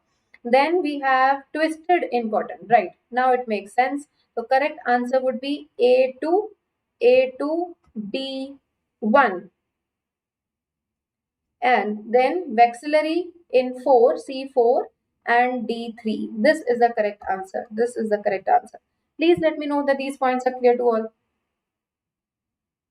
Please let me know these points are clear to all. Oh, sorry, A2 or B1, right? Not A, sorry. It is C. A ka 2 and B ka 1, right? So answer has to be C. Is that clear? Then floral diagram, which represents which of the following family? So this diagram, floral diagram, which is already given in NCERT, yes, which is already given in NCERT, belongs to which phylum? Sorry, which family? It belongs to Brassicaceae. It belongs to the mustard family. So this one diagram is already given, mustard family. Clear to all? Do you remember how do you see this? There are 4 stamens on the inner side which are long and the 2 on the outer side which are short. So we have this specific tetradynamous condition. So we write it as A 2 plus 4. So this is a characteristic of mustard family, Brassicaceae. Now, which of the following plants show vexillary estivation along with diadelphous condition? That is clearly Fabaceae. Clearly Fabaceae. Now, the point is, which of the following questions belongs to, sorry, which of the following examples belongs to Fabaceae? It is P. So, Pisum sativum is nothing but P. Right? Then, following are the zygomorphic. Which of the following are zygomorphic? So, what is the example? How did we learn? So, Cassia ne, Gulmohar pk, bean, bajai. So, it is B and C only. B and C only. Dhatura must act still. These were all actinomorphic. Do you remember? Do you remember? Now, floral formulae are here. Now, see, Brassicaceae is in our syllabus. Liliaceae is not in your syllabus. Fabaceae is there. Solanaceae is there. So, you can get a question. Just Liliaceae has to be replaced. So, if you learn 5 floral formulae, guys, you will easily fetch 4 marks. So, here, in that case, the correct answer would be this formula. See, this formula A, this belongs to. So from here, the vexillary condition and diadelphous condition, these are the characteristic features of Fabaceae, right? Characteristic features of Fabaceae. So A3, this is the answer. B4, this is Solanaceae. And then we have Perianth, so this should be Liliaceae. Now, in case they give Liliaceae also, nothing to panic. See, Liliaceae is not in your syllabus, but you have read that lily has epiphyllous condition. Yes or no? Epiphyllous condition, right? That means stamens are, or androecium is attached to perianth. Can you see that epiphyllous condition here? Can you see this epiphyllous condition here, right? So this is how you can find out. And then again, I just told you 2 plus 4 condition. 2 plus 4 condition. This is tetradynamous condition we were talking about. This is found in Brassicaceae and it is tetramerous. So you find everything in the multiples of 4. Yes or no? So this is how you can do some questions. So there won't be anything. Listen, only Solanaceae is in the syllabus. No, there are 5 different families which are in the syllabus. Solanaceae is the only, rather 6th one, which is not marked in syllabus but given in NCERT. Given in NCERT, but not in the syllabus. Alright. Moving on. Find out the statement which is not correct with regard to the structure of monocot stem. Starting with anatomy, guys. See. Not correct about the structure of monocot stem. So, vascular bundles, yes, they are conjoined, but they are closed. Absolutely true. Monocots have closed bundles. Stem always has conjoined, be it monocot or dicot, right? Being a monocot, it is closed. So closed and it is closed. Sorry, conjoined. True. Phloem parenchyma is absent. This is also true in monocots. Phloem parenchyma is absent. Hypodermis is parenchymatous. That is absolutely true. Now hypodermis is not parenchymatous. It is sclerenchymatous. This is sclerenchymatous. Is this clear? While vascular bundles are scattered, so you see this diagram, there are vascular bundles scattered all over, found in the ground tissue. So this is also true. Are these points clear? Please let me know. Are these points clear to all? See, mostly cortex is parenchymatous, but hypodermis of dicot root is collenchymatous, while in case of monocot, it is sclerenchymatous. Is that clear? Vaseem sir said other families except said to skip the other families. No. We can't. See, this might have happened by mistake. Vaseem sir is an expert of chemistry, so this might have it might have been a slip of tongue. He only messaged me, ma'am, make a short video on plant families. So don't worry. So that was just a skip. All right. Now, coming on to bulliform cells are responsible for. What are bulliform cells responsible for? They are responsible for inward curling of leaves in monocots to prevent transpiration, to prevent transpiration in water stress. These are present, right? Then moving on to this diagram. So what is this structure? So which component has thin outer walls and thick uh, inner walls? So this is a characteristic of guard cells. This is a characteristic of guard cells. So thin, so answer is C. Answer is C. See, D is the stoma or the stomata. C is are the guard cells. These are the subsidiary cells. And what are A? These are the, yes, yes, yes. I want to fail in NEET में. Why do you want to fail in NEET भाई? ये कैसी बात हुई? Who would want to fail in NEET? See, even if you fail, that is not, to be honest, not a matter of life or death. But why would anyone want that? That is my question. Okay, moving on to next. Moving on to next. Yes, please. So parenchyma is living, but collenchyma is a dead tissue. This is wrong. Both parenchyma and collenchyma are living. They are living. So this is a wrong statement. Only dead tissue is a sclerenchyma because of lignification. Sclerenchyma is dead. Gymnosperms lack xylem vessels. True. Xylem vessels are characteristic of angiosperms, but the presence of xylem vessels is characteristic. Oh, absolutely true. So answer is A false and B true. Next, arrange them in the correct order sequence starting from the periphery to the center. Okay, periphery to the center. So outside to inside. That's what it is saying. Periphery is outside to inside. So what do we have on the outer side? Epidermis. Then we have cortex. Then we have the inner lining of cortex known as endodermis. So CEA, CEA. And then we have pericycle, inner to pericycle. Sorry, inner to endodermis is pericycle and the innermost being pith. Is that clear?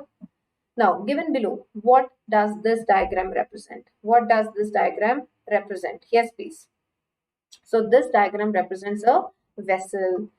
This diagram represents xylem vessel. So in case somebody is confused, let me tell you, tracheid is always tapering.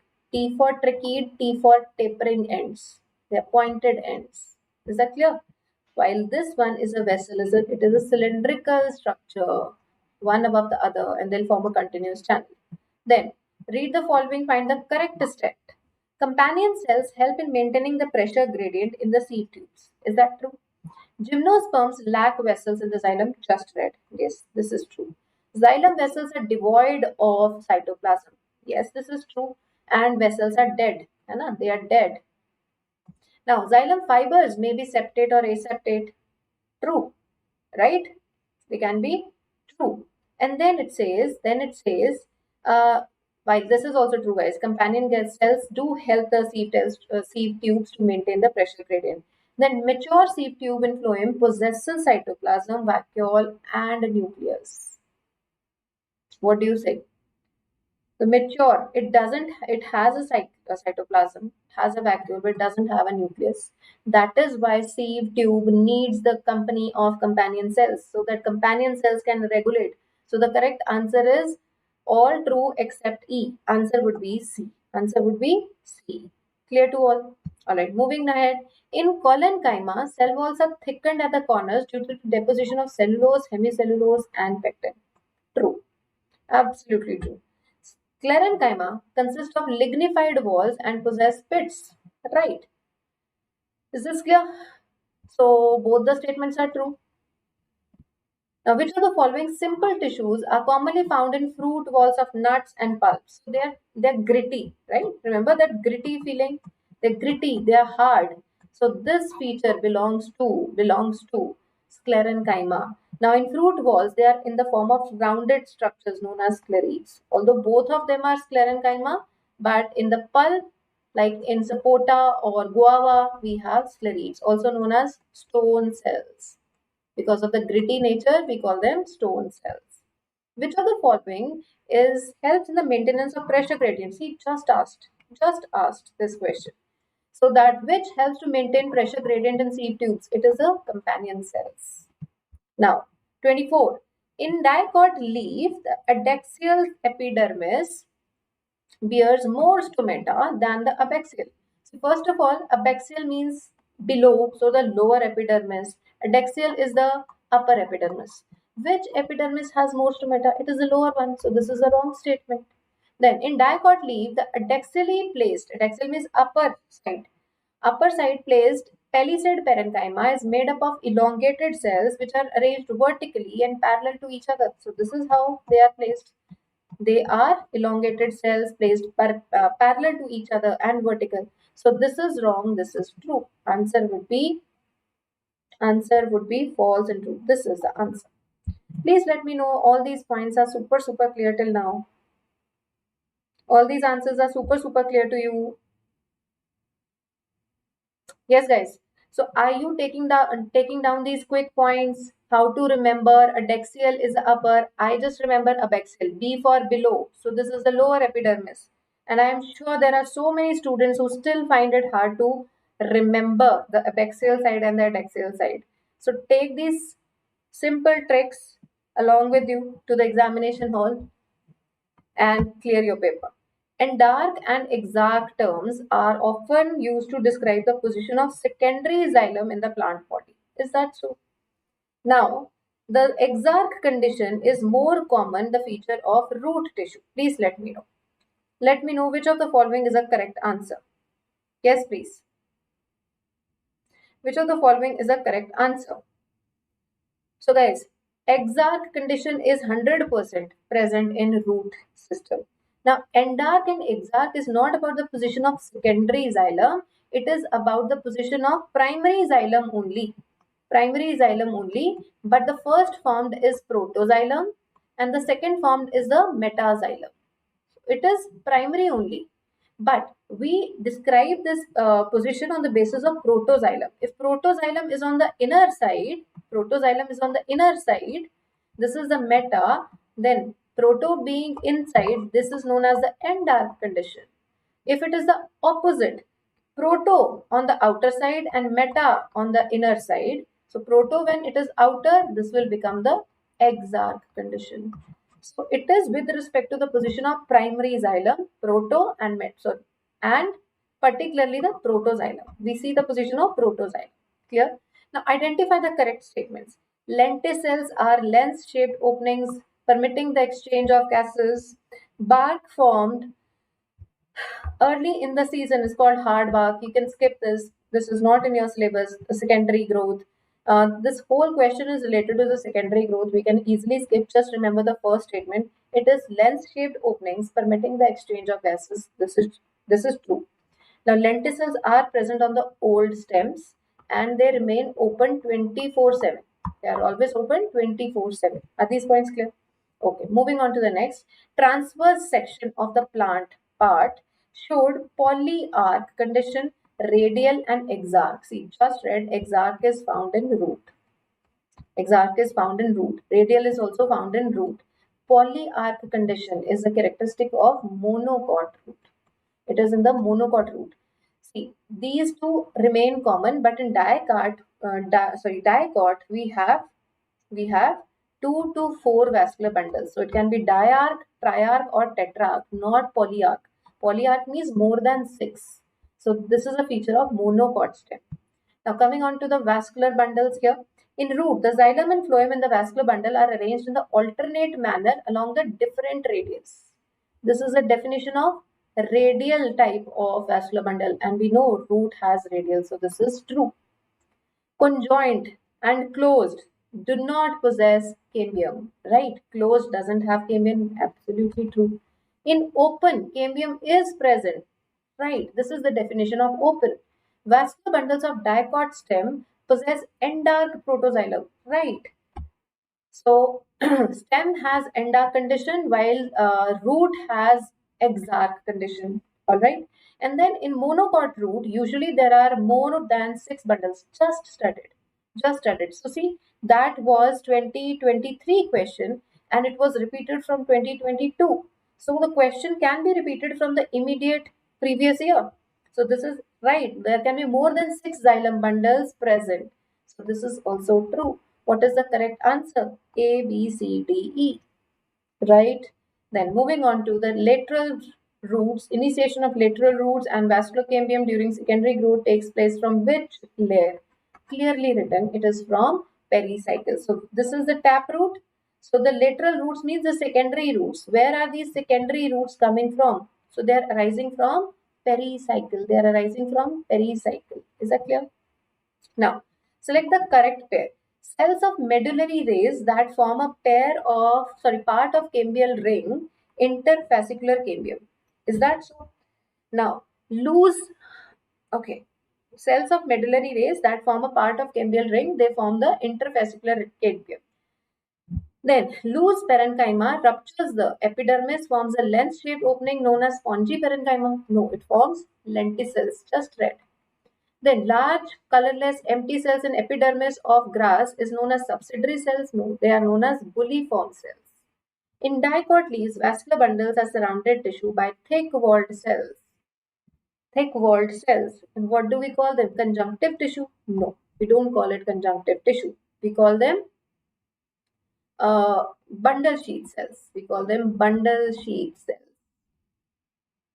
Right? Now, the first statement is, of course, right. What does it say? So we know that okay, I'll tell you here. So we have a ring arrangement. We have a ring arrangement in the dicot stem. And these are the vascular bundles present. These are the vascular bundles present in the ring arrangement. Yes or no? Right? Now this is xylem, this is phloem. Being a dicot, there has to be a cambial ring. Now this cambium is known as intrafascicular. Intrafascicular. Now this tissue present in between the vascular bundle, these are called medullary rays. Now at the time of, although secondary growth is not in your syllabus, but medullary rays, function of medullary rays should be clear to you. Medullary rays can de-differentiate and give rise to medullary ray cells can de-differentiate to give rise to the cambium. Now the cambium which will be present here from the medullary rays, the cambium which will develop here between the two vascular bundles, this one is known as interfascicular. This is exactly what is given here. So answer is A. I hope these things are clear to you all. Please let me know these points are clear to everyone. Please let me know these points are clear to everyone. Moving ahead, guys, now in frog. Okay, coming on to frog. So last year, NTA loved frog. Asked nothing about cockroach really, but 4 questions out of frog. Let's see who gets NTA's love this year. Frog or cockroach? Because till 2024, NTA was in love with cockroach. Last year, that love changed. Let's see what happens in NEET 2026. Now in frog, the renal portal system is a special venous connection that acts to link between. So renal word is for kidney. So it connects the kidney with the lower part of the body.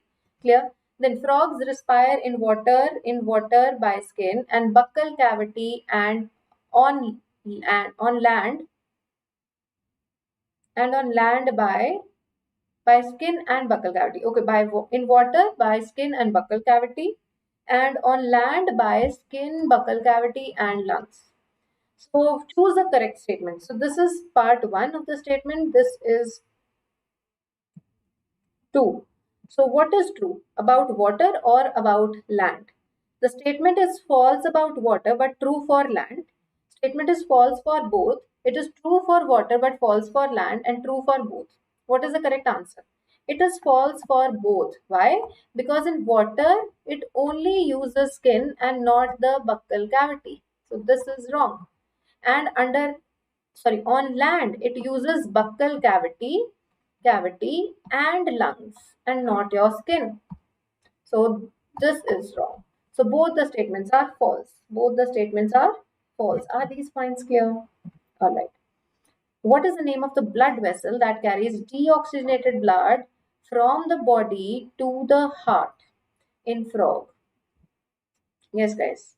So it has to be vena cava. It has to be vena cava. So there are 3 vena cava in frog. 2 precavals and 1 postcaval. Remember? So 3 vena cava. They will carry deoxygenated blood from the body to the heart. Which of the following statement is correct about the location of male from the copulatory pad? Okay, yes. So where is copulatory pad present in case of males? This is a point of sexual dimorphism, guys. This is a point of sexual dimorphism. Where are the copulatory pads present? Yes. In case of frog, where are the copulatory pads present? First of all, they're present in the forelimb and not the hind limb. They're present in the forelimb and not the hind limb. And then whether it is under the first digit of the forelimb or the second or both. Yes, please. It is present on the first or the fourth. Quickly let me know. So this is a special case of sexual dimorphism. So it is below the first digit of forelimb, not second, not in between. So it is on the first digit of forelimb. Are these points clear? Please let me know. Now in both the sexes of cockroach, a pair of jointed filamentous structures present anal sacci. Where are they present? On the 10th segment. They're present on the 10th segment. Clear? Now, unicellular glandular epithelium. What is the example of unicellular gland? Goblet cells. A3. Answer is clear from here. Compound epithelium, yes, found in the moist surface of inside of the buccal cavity. Multicellular glandular epithelium, it is salivary gland, and endocrine glandular epithelium is your pancreas. Now, structure storing food, told you, it is the crop, A4. Then 6 to 8 blind tubules at the junction of foregut and hindgut. It is called hepatic CK or gastric CK. Answer is B2. B2. This is the answer. 100 to 150 yellow colored filaments. That is Malpighian tubules. And structures that grind the food. This is gizzard. Are these points clear? Now, the ground substance of bone is solid, pliable, and resists compression. So it is solid. It is pliable, means it is smooth, and it resists compression. Is that true about bone? Yes or no? No. This is about cartilage. Cartilage is pliable and resists compression. Bone marrow of all the bones is the site of blood cell formation. So not all bones form. Blood is not formed in your ear ossicles. So not all bones. It is only formed in the long bone marrow. So both the statements are incorrect. Coming on to this diagram of cockroach. See. So A is the crop, B is the gizzard, C are the hepatic CK present at the junction, and C are the Malpighian tubules. So what is the correct answer? Crop, gizzard, hepatic CK and Malpighian tubules. Answer is C. You should be able to clearly label all the diagrams. So every time you're not going to get very tricky questions. Sometimes the questions will be as simple as this. Now epithelial tissue has the following feature. They bear cilia on their free surface. See, epithelial tissue bears cilia on their free surface. Is that possible? Yes. There may be cilia present like this. It provides a lining for some body parts. Very true. Compound epithelium. Right. Now, compound epithelium. Compound epithelium is multi-layered, meant for limited role in secretion and absorption. Is that clear? Is that true? Yes, it is true. And then epithelial tissue is located at the tip of the nose. No, tip of the nose is made up of your cartilage. This is cartilage, not epithelial tissue. Exocrine glands possess epithelial tissue, right? They are glandular and it consists of glandular epithelium, but it is true. So what is the correct statement? So answer should be anything other than D. So all those which have D just gets ruled out. So answer is B or cilia on the free surface. Now we don't have any such option. We'll have to choose C because this is not true in all the cases. Cilia, but not true. Not true in all the cases. Is that clear? That is why we'll take it as a wrong statement. So it is not such a feature of epithelial tissue which is always present. Is that clear? Now, list 1 with list 2. Cockroach and the terms used. What is metamorphosis known as? Sporometabolous. A2. Then brain. Brain is the supraesophageal ganglia which represents the brain. Answer will be D. Vision is because of 2000 omartidia present in each eye. Respiration is through spiracles. Clear to all? Now 2024 question from structural organization. See, adhering junctions facilitate the cells to communicate with each other. So communication is not a function of adhering. Adhering is to cement, so not communication. Tight junctions helps to stop the leakage. Absolutely true. So we have to mark the true statement. Tight junctions cement. No. These help in cementing. Tight junctions help in preventing the leakage. So this automatically goes wrong. Gap junctions help to create a gap. No, they are for they are meant for facilitating the communication. Facilitating the communication. Are these points clear? Are these points clear? Please let me know. Yes, guys. Are these points clear to all?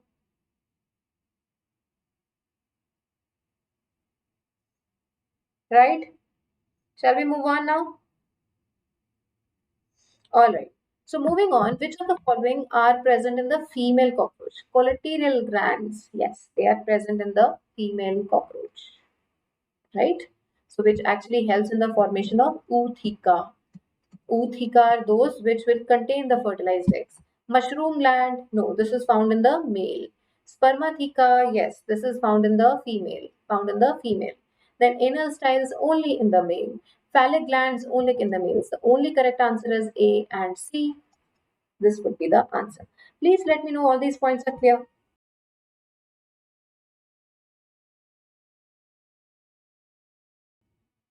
Yes, guys.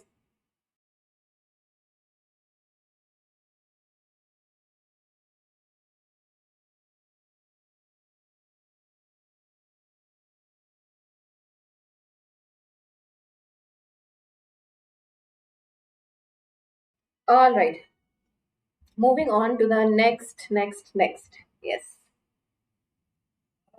Which of the following connective tissue? The cells secrete fibers of collagen and elastin. Which cells will secrete fibers? Fiber secreting cells. Elastin or collagen? Yes, please. Which of the connective tissues the cells secrete this? So such cells are found in areolar tissue. They are found in areolar tissue. They are found in adipose tissue. No, they are found in cartilage and they are found in bone. So the correct answer would be A, B, yes, this and E. Blood is the only tissue, connective tissue, which doesn't have fibers. Only connective tissue without fibers. Remember that. It is blood and lymph. Blood and lymph, they will not have fibers.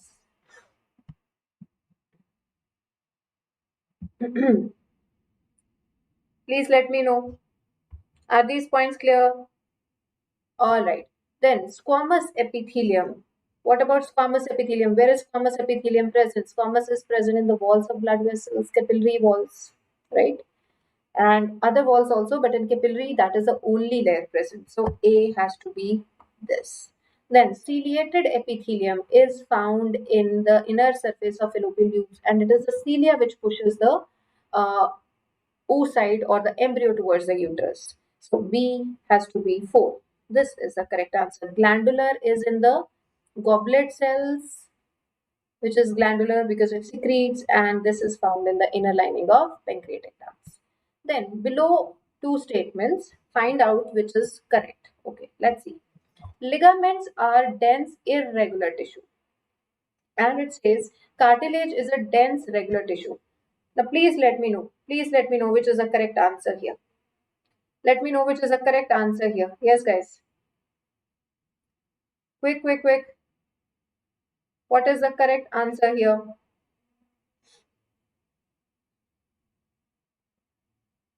Nobody is serious. Nobody is serious. So as both are wrong statements, both are wrong. This is the dense regular one and this is the dense irregular one. Sorry, this cartilage is not the dense regular or this is a specialized tissue. This is a specialized tissue. Are these points clear? So the classification is wrong in here. In cockroach, excretion is brought about by. In cockroach, excretion is brought about. So what are the different structures? It is uricose glands, it is nephrocytes, it is fat body. So these three structures, other than Malpighian tubules, help in excretion. Malpighian tubules are the main ones, but other than that, it is B, C, and D. This is the correct answer. Moving on to the next, mast cells. Now, mast cells are found in areolar tissue. They are secretory. They secrete histamine, serotonin, and yeah. Then inner surface of bronchioles. Yes, inner surface of bronchiole will have ciliated epithelium to push the mucus outside. Blood is a specialized connective tissue, and tubular nephron will have this. So we have A2B1 and C4D3. Answer is this. Clear? Which of the following is a characteristic feature of cockroach regarding the sexual dimorphism? So, sexual dimorphism. Number one is the anal styles, presence of anal styles. Other than this, the body is large, and then it is about the genital pouch, which is formed by different segments in both males and females. So answer is clearly D. Now, two statements. Goblet cells are unicellular and ear wax is secreted by exocrine gland. Both are true. Both are true. So answer will be C. Now, columnar epithelium, see here, columnar epithelium is found in stomach and intestine. A2. A2. Then ciliated epithelium is found in bronchioles, just told you, B3. Cuboidal is found in the duct, C4, sorry, D1. And squamous is found in endothelium, that is the wall of capillary. This is the correct answer. I hope you are able to revise these things, guys. If you know the answers, good. If you don't, please keep on writing down. Now, digestive tract has additional chambers. The question has been repeated already, and I told you, if it asks about mammals, sorry, if it is asking about chordates, then the answer would be birds. It is found in birds, and if it is about non-chordates, then it is found in insects also, right? So let's see what are the examples here. Corpus columba chameleon. Chameleon is not a bird, it is a reptile. So this is right, this is right, this is wrong. Bufo, no. Bellentaro, no. Bangaras, no. It has to be all birds. Pavo, Psittacula, corpus. This is the correct answer. Then, not a connective tissue. It says it is not a connective tissue. So, which is not a connective tissue? Clearly, neuroglial. It is a nervous tissue. Then, tegmina is which wing? It arises from mesothorax. It arises from mesothorax, and it is meant for protection. So there is no wing arising from prothorax. I've already revised this topic. Please make sure that you revise it with me. Now, bronchioles, guys, have ciliated epithelium. See, this is being repeated multiple times. Ciliated epithelium, A4. This is the correct answer. Goblet is glandular. Tendon is a dense regular tissue, and adipose is a loose connective tissue. Then, which of the following types of epithelium is present in bronchioles and fallopian tubes? Already discussed. So, this bronchioles and fallopian tubes are being asked multiple times. Yes or no? So, what type of epithelium is present in bronchioles and fallopian tubes? It is ciliated. Then, crop and gizzard. Again, coming back again and again. So, crop is going to store food. A4. This is the correct answer. Proventriculus is another term for gizzard. It grinds. So B1. Then hepatic CK for digestive juice, C3, and Malpighian for removal of nitrogenous waste. Clear? Bones support and protect the softer tissues, right? Weight bearing function is served by limb tissues, limb bones, absolutely right. Ligament is the site of production. No, it is the bone, which is the site of production of blood cells. Adipose stores fat. Yes. Tendons attach one bone to another. No. It is MTB, that is muscle tendon bone. So this is a wrong statement. So you have to find out the correct statements. That would be 1, 2, and A, B, and D. This is the correct answer. So I hope before me announcing the answer, you are able to find the right answer. If yes, guys, then good. If not, please make sure that you revise those weak points. Please make sure. Excretion in cockroach is performed by all except hepatic CK. This is meant for the digestive juices. Meant for digestive juices. Is that clear? Now, which of the following is incorrect with respect to cockroach? Now, in females, see, 7th and 9th sterna form the genital pouch. Now, this is what I was talking about. This is a point of sexual dimorphism. In males, it is 7th, 8th, 9th. Sorry. So in females, it is 7th to 9th, 7th, 8th, 9th, which is forming the genital pouch. This is a point of sexual dimorphism. 10th abdominal segment in both have anal cerci. No, not sexual dimorphism, but it is true about cockroach. True about cockroach. Ring of gastric caeca at the junction of midgut and hindgut? No, it is found at the junction of midgut and foregut. At the junction of midgut and hindgut, we have malphigian tubules. And then hypopharynx, which is the tongue, lies within the cavity and enclosed by the mouth. This is also true. So answer would be C. Answer would be C. Let's move on to the next point. Which of the following statements wrongly represents the nature of smooth muscles? And we have to find out the wrong statement. Communication among the cells is through intercalated discs. So guys, this is about cardiac muscle. This is about cardiac muscle, and hence it is not true about this. These muscles are present in the walls? Yes. They have no striations? Yes. That is why we call them unstriated or non-striated muscles. And they are involuntary? Yes. So correct answer would be D. So because we want to, we have to mark the wrong statement. We have to mark the wrong statement. Now, following are the statements about the prostomion of earthworm, not in your syllabus. Just skip, even though it might be in your old NCERTs. No. Now, identify the type of cell junction helps to stop the leakage. Stop the leakage is the tight junction, and facilitate communication. This is the gap junction. So this is the correct answer. This is the correct answer. Clear? Then which of the following is an example of actinomorphic once again? These questions have been repeated, guys. Let's move on to the next chapter.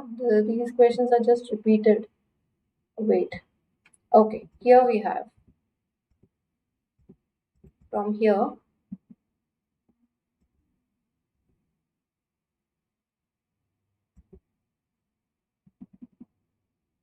let's start with the next unit, that is cell. So nucleolus, what is the position? What is the function of nucleolus? Nucleolus is a site where ribosomes are formed. That is rRNA synthesis occurs. So A3.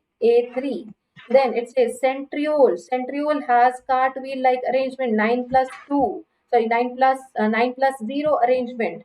So A3B2. A3B2 is this. Answer is this. Leucoplasts. They store nutrients, and Golgi helps in formation of glycolipids and glycoproteins. Both are correct. Are these points clear to all? Please let me know. Please let me know. Moving on to now the DNA present in chloroplast. See, chloroplast has a prokaryotic origin. So DNA and the ribosomes are both of prokaryotic type. So prokaryotic DNA is like linear and sorry, not linear. It is circular and it is double-stranded. Is that clear? Answer would be this. Now, mitochondria and chloroplast have both double membrane bound or are both double membrane bound organelles. Both mitochondria. True? Yes. Both have double membrane. Inner membrane of mitochondria relatively less permeable as compared to chloroplast. Please tell me if this statement is true or false. Please tell me if the statement is true or false. Yes, guys. Let's see what are you saying in the chat. Yes, guys. What are you saying in the chat?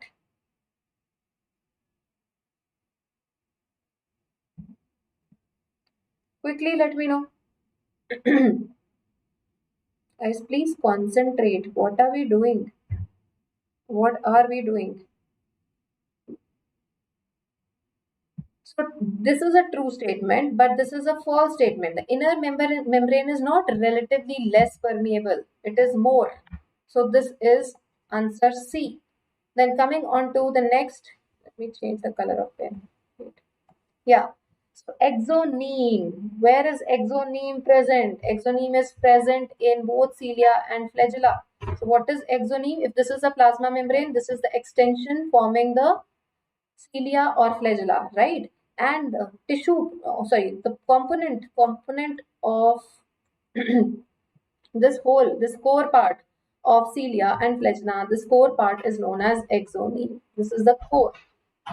Cartwheel is found in centriole. Crista are found in mitochondria to increase the surface area, and satellite is this. So A2, B1, C4, D3. Are these points clear? Let's move on to the next then. Not considered a part of endomembrane system, 2023 question. It is mitochondria, which is not considered, and peroxisomes. ER, and even chloroplast. They are not the part. So answer would be A, C, and E. A, C, and E. These are not a part of endomembrane system. What are the four parts of endomembrane system? It is ER, Golgi bodies, lysosomes, and vacuoles. These are the four parts of endomembrane system. Which of the following functions is carried out by cytoskeleton? So cytoskeleton is going to help in motility. It is going to help in motility in a cell. Moving on, which of the following will help in health statements with respect to ER is incorrect. You have to tell which is incorrect. SER is devoid of ribosomes. True. That is why we call them SER. In prokaryotes, only RER present. Prokaryotes don't have ER. So this is our answer because we have to find the incorrect statement. SER is the site for lipid synthesis. Yes. RER have ribosomes attached. Yes. Please tell me that these questions are clear to you all and you all are able to mark the answer. Ma'am, will the paper difficulty be as same as 2025? Eshan, you're asking what type of question? I don't know. All I know is I don't really trust a lot. I don't know. I don't know anything about NTA. Only thing I know about NTA is that NTA gives surprises. No matter what promises it makes, I don't know whether it will be able to keep up those promises or not. And because already the controversy has begun around certain questions, so I don't know.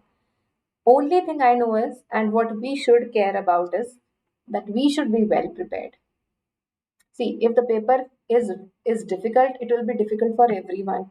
If it is easy, it will be easy for everyone. So we alone won't suffer. Everybody is going to enjoy the paper and everybody is going to suffer through the paper equally. Now, whether we suffer more or less, it depends on our preparation. How much we enjoy the paper, it depends on our preparation. So you do your thing, leave the rest. First, you all the channels. Okay, Surya, thank you. Spidey, we'll see to that. We'll see to that. Out of syllabus questions or previous year questions, will there be? So, see, in this session, I'm discussing previous year questions only. But as far as NEET exam is concerned, there are hardly any previous year questions, guys.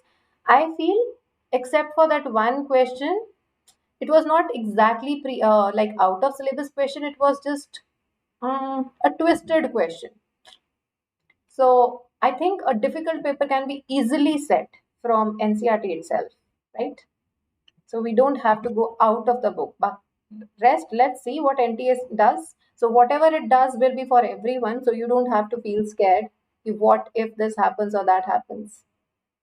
It will happen for everyone, right? All right, moving on. I don't personally trust a lot.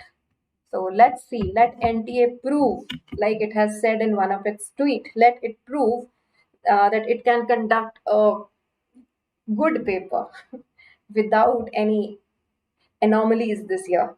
Let's see. We will wait to trust anything. I would personally wait and watch to trust anything. So NCERT lines are important, of course. You're asking this question at this point of time. NCERT Zindabad. Alright, guys. Which type of substance would face difficulty to pass through the cell membrane? Which substance? Substances soluble in lipids, substances with hydrophobic moiety, or substances with hydrophilic moiety, or all substances irrespective of hydrophobic and hydrophilic moiety. Moiety means uh, an entity, a substance.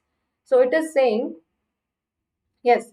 So which substance will be difficult, will find it difficult to pass through?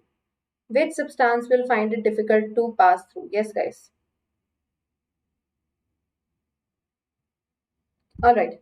Which substance will find it difficult to pass through? It is the hydrophilic. Why? Because there is a bilipid layer, and lipids are water insoluble, right? So majority is hydrophobic. So the head is hydrophilic, but the tail is hydrophobic. Even if something comes in touch with the head, but in order to pass through, it has to go through this hydrophobic tail, right? So that is why hydrophilic moiety. The tail is hydrophobic. So water-loving moiety will find it difficult to pass through. So only substances which are hydrophobic are easy to enter. So if the pH in the lysosomes is increased to alkaline, what will be the outcome? Enzymes will become more active. So we know that lysosomes have very low pH, means they are acidic. The components are acidic. Now it is saying if the pH is increased to alkaline, see enzymes present in lysosomes, enzymes always have a specific work condition, right? If you increase it to alkaline, they will become inactive. They will become inactive, simple as that. Now, when centromere is situated in the middle of two equal arms of chromosomes, okay, this is a centromere, and then there are two equal arms. What type of chromosome is this? This is known as metacentric. In submetacentric, it is slightly away from the center. One is slightly longer, one is slightly shorter. In acrocentric, there is a visible difference, one very short, one very long. And in telocentric, it is at the tip. Are you getting that? Is that clear to all? Now, cristae and cisternae, you don't have to get confused. Cristae are the infoldings. A3 and cisternae, they are they are the disc-shaped structures found in the Golgi bodies as well as ER. Then thylakoids found in the stroma, and centromere is the primary constriction. Answer would be A. Now, incorrect statement has to be found out. Perinuclear space it forms a barrier between the materials present inside the nucleus and that of the cytoplasm. Is that true? It is absolutely true. Okay. Now, nuclear pores act as passages for the proteins and RNA molecules in both the directions between nucleus. Yes, they help in to and fro movement, right? Mature sieve tubes possess conspicuous nucleus. No, they don't have a nucleus. So this is the correct answer. We have to find the incorrect statement. Microbodies are found in both plant and animal cells, clearly written in NCERT. Now, organelles, again, they have asked about endomembrane system. So we know there are four things. Which are the four things in endomembrane system? ER, Golgi body, lysosome, vacuole. Clear? Okay. What is true? Sorry, about the inclusion bodies, what is incorrect? They lie freely in the cytoplasm. They represent this reserved food material. They are not membrane bound and they are involved in ingestion. No, they are not involved in ingestion. So rest of the statements are true. This is the incorrect statement. Is that clear? Then, important site of formation of glycolipids and glycoproteins in the eukaryotic cell. So where are glycolipids and glycoproteins formed? In Golgi bodies. Clear? Which of the following pairs of organelles does not contain DNA? Does not contain DNA. Okay. What doesn't contain DNA? Nuclear envelope has. Mitochondria has. Mitochondria has. Lysosome doesn't have. Chloroplast has. Vacuoles don't have. And lysosomes don't have. Vacuoles don't have. So this is answer. So you have to find out which does not have DNA. Now, which of the following statements regarding mitochondria is incorrect? About mitochondria, we have to find out the incorrect statement. So we know mitochondria and chloroplast, they are prokaryotic in origin.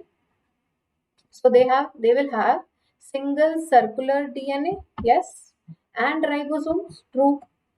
Outer membrane is permeable to monomers and this. Enzymes of ETS, electron transport, are embedded in the outer membrane. No. Inner membrane is convoluted into the foldings. Yes. So this is the correct answer. So outer membrane we know is more permeable, and it is permeable to monomers of carbohydrates, proteins, and fats. Now, which is again not correct. It is asking lysosomes are formed by the process of packaging in ER. Lysosomes have numerous hydrolytic enzymes. Hydrolytic enzymes are active under acidic pH. Lysosomes are membrane bound structures. All true except A. Lysosomes are formed by Golgi bodies. So Golgi bodies, which have finally produced the hydrolytic enzymes, they pack them in vesicles, and those vesicles will become lysosomes. Lecithin is a small molecular weight organic compound found in the tissue. Is an example of. It is an example of. It is a phospholipid.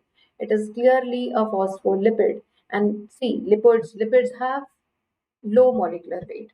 Cofactor of carboxypeptidase, this enzyme uses a metallic ion to as a cofactor, which is zinc, Now the table given in biomolecules, functions of proteins, clearly and exactly given here. GLUT4 enables a glucose transport. So A4, this is the answer. Insulin is a hormone. Trypsin is an enzyme. Collagen is an intercellular substance. Can we do all these? So list 1 with list 2. Let's see here. Lipase. See. Lipase will see bonds have been like removed from the topic, but it's good to do that because of course you know how the formation takes place. So lipase is going to break the ester bond which is found in lipids. Ester bond is found in lipids. Nuclease is going to break the phosphodiester bond found in your DNA and RNA. Then protease are going to break the peptide bond found in the polypeptide chains. And amylase is going to act on starch, which contains lots of glycosidic bonds. Are these points clear? So A2B4, this is the correct answer. Clear to all? Regarding the catalytic cycle, select the correct sequential steps. Now see what happens. First of all, we know enzyme is going to bind with the substrate. Substrate enzyme complex leaves this substrate. So first of all, substrate is going to bind to the active site. Then what will happen? This complex will be formed. Enzyme substrate complex will be formed. This is 2. So EA, this is the correct answer. Then chemical bonds of the substrate will be broken. It will result in the formation of product. So instead of substrate, it will be enzyme product complex. And then finally the release of products. And free enzyme will be ready to bind with the another substrate. Are these points clear now? Is this clear? All right. Inhibition of succinic dehydrogenase by malonate is a classic example. Classic example of, see, malonate is a competitive inhibitor. So it is an example of competitive inhibition. So what happens? Say this is the succinic dehydrogenase. So it should bind with succinate. But instead of succinate, if malonate comes in, then it will not let succinate bind, rather being more competitive. It will bind itself and stop the process. This is competitive inhibition. Cellulose does not form blue color with iodine because it is a helical molecule. No, it is not a helical molecule. It does not have helix which can hold the iodine molecule. This is the answer. It is not a disaccharide. It is a polysaccharide. It has around 6,000 molecules of glucose. It breaks down when iodine reacts. No, it doesn't break down. It just remains unaffected.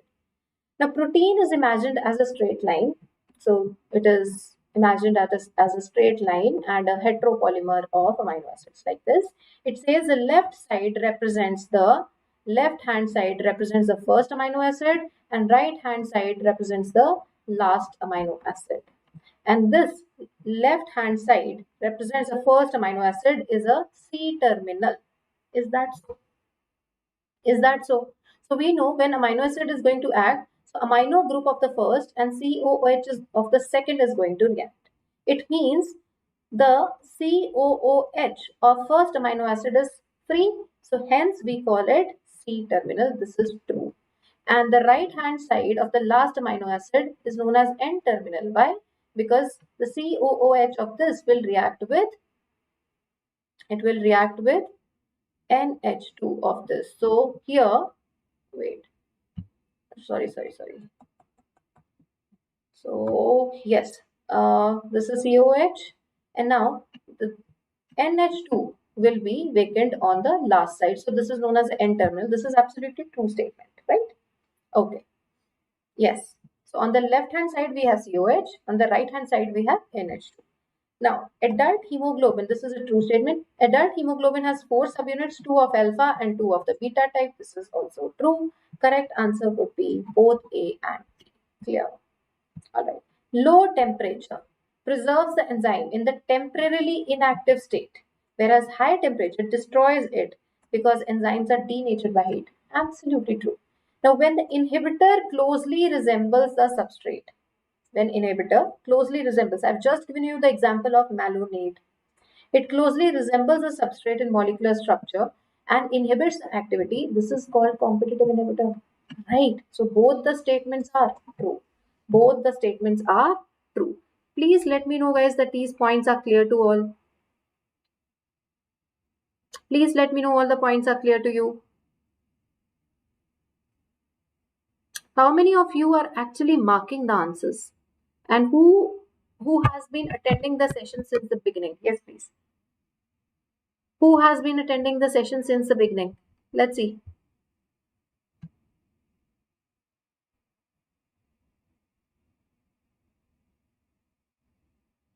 Please check question number 2. Yes, checked. Wait. Yes, please.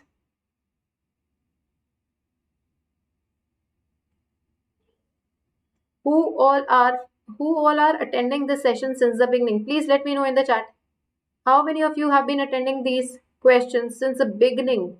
We have reached biomolecules, guys. We have reached biomolecules.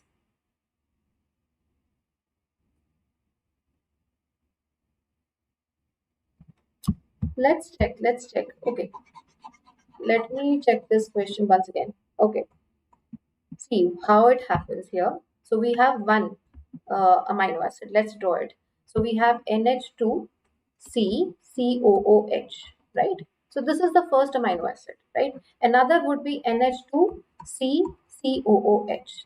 Another amino acid, second one. Let's say this is the third one, CH2 COOH, right? So first one is on the left hand side. This is right, and the first one terminal will be okay. So not the C terminal, it will be N terminal. This will be the N terminal. Sorry, this is the wrong statement. This is the N terminal, and the last one would be the C terminal. So this statement goes wrong. Answer would be yes. First statement is false, and second statement is true. Absolutely right. So first is N, then it is C. Last one is C. Are these points clear? All right. Moving on to the next question. When a carrier protein facilitates the movement of two molecules across the membrane in same direction. Guys, this topic is no more in your syllabus, but still let's do that. This is known as sympod. When both the molecules are going in the same direction, this is called sympod. If there is only one moving through the channel, this is unipod. And then if the two are moving in the opposite direction, this is known as antipode. And all these are different types of transport. So you can skip this question.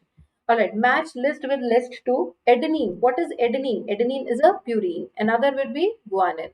Another would be guanine. So A4, this is anthocyanin is a pigment, B1. And chitin is a polysaccharide and codeine is an alkaloid. Answer would be B1, C2 and D3. Correct answer would be D. Are these points clear? Now see, Primary proteins are also called polypeptides. Why? Because they assume such conformations, they are linear chains, they are polymers of peptide monomers, or they are successive amino acids joined by the peptide bonds. This is true. What is a primary protein? It is a linear structure in which amino acids are just joined together by the help of these peptide bonds. These are the peptide bonds. So that is why we call it polypeptide, because there are many peptide bonds formed here. That which of the following pair has free living nitrogen fixing aerobic bacteria? Yes, please. Now this is not again in your syllabus. This has changed already. Now choose the incorrect. If you want to do, guys, you can. If you want to do, you can. But this is not really in your syllabus. Not in your syllabus. Okay. Now the point is, yes, please. Which of the following is incorrect enzymatic reaction? Dipeptides will be broken into amino acids by dipeptidases? Yes. Maltose broken down by maltase? Yes. Sucrose by sucrase? Yes. Lactose by, uh, okay, maltose will break down into two molecules of glucose, not fructose. This is false. Sucrose will be broken down by sucrase into sucrose and glucose. This is true. Lactose by lactase to form one molecule of glucose and another from galactose. This is also true. So correct answer is B. You want to find out the incorrect. So one maltose will give you two molecules of glucose, right? Then amino acids. See here. Amino acids have a property of ionizable nature of both the groups and at different structures at different pH, right? In one molecule, sorry, at one pH, this NH2 amino group will ionize. At other pH, this carboxyl group will ionize.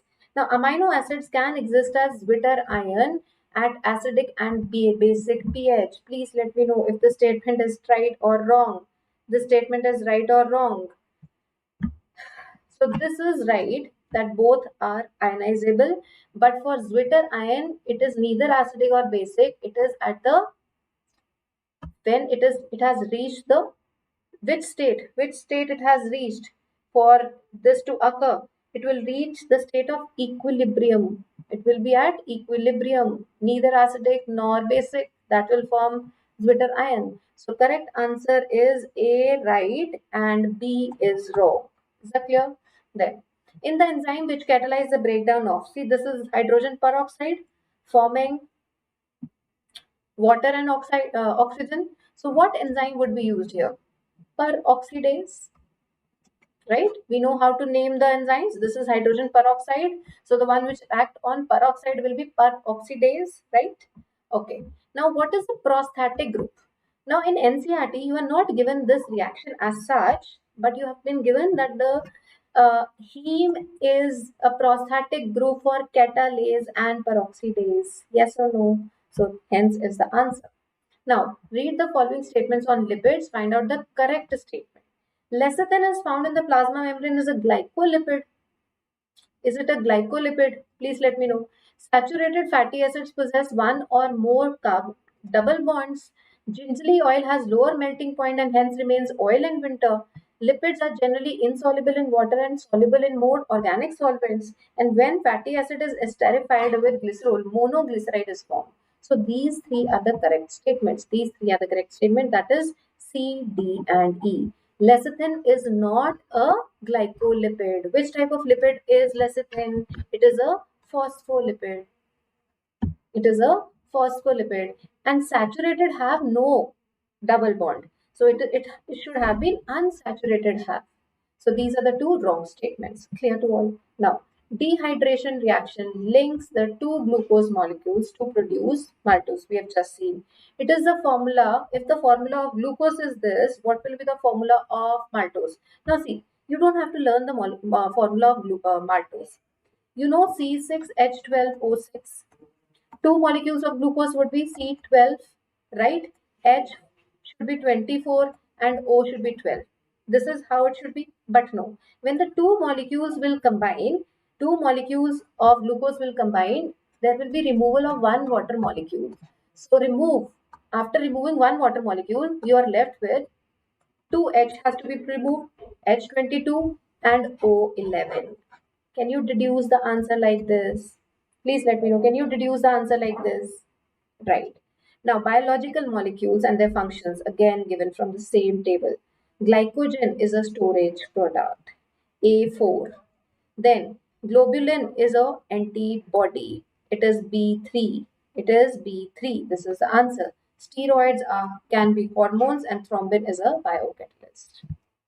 Now, this table of secondary metabolites, which of the following is not a secondary metabolite, it is saying.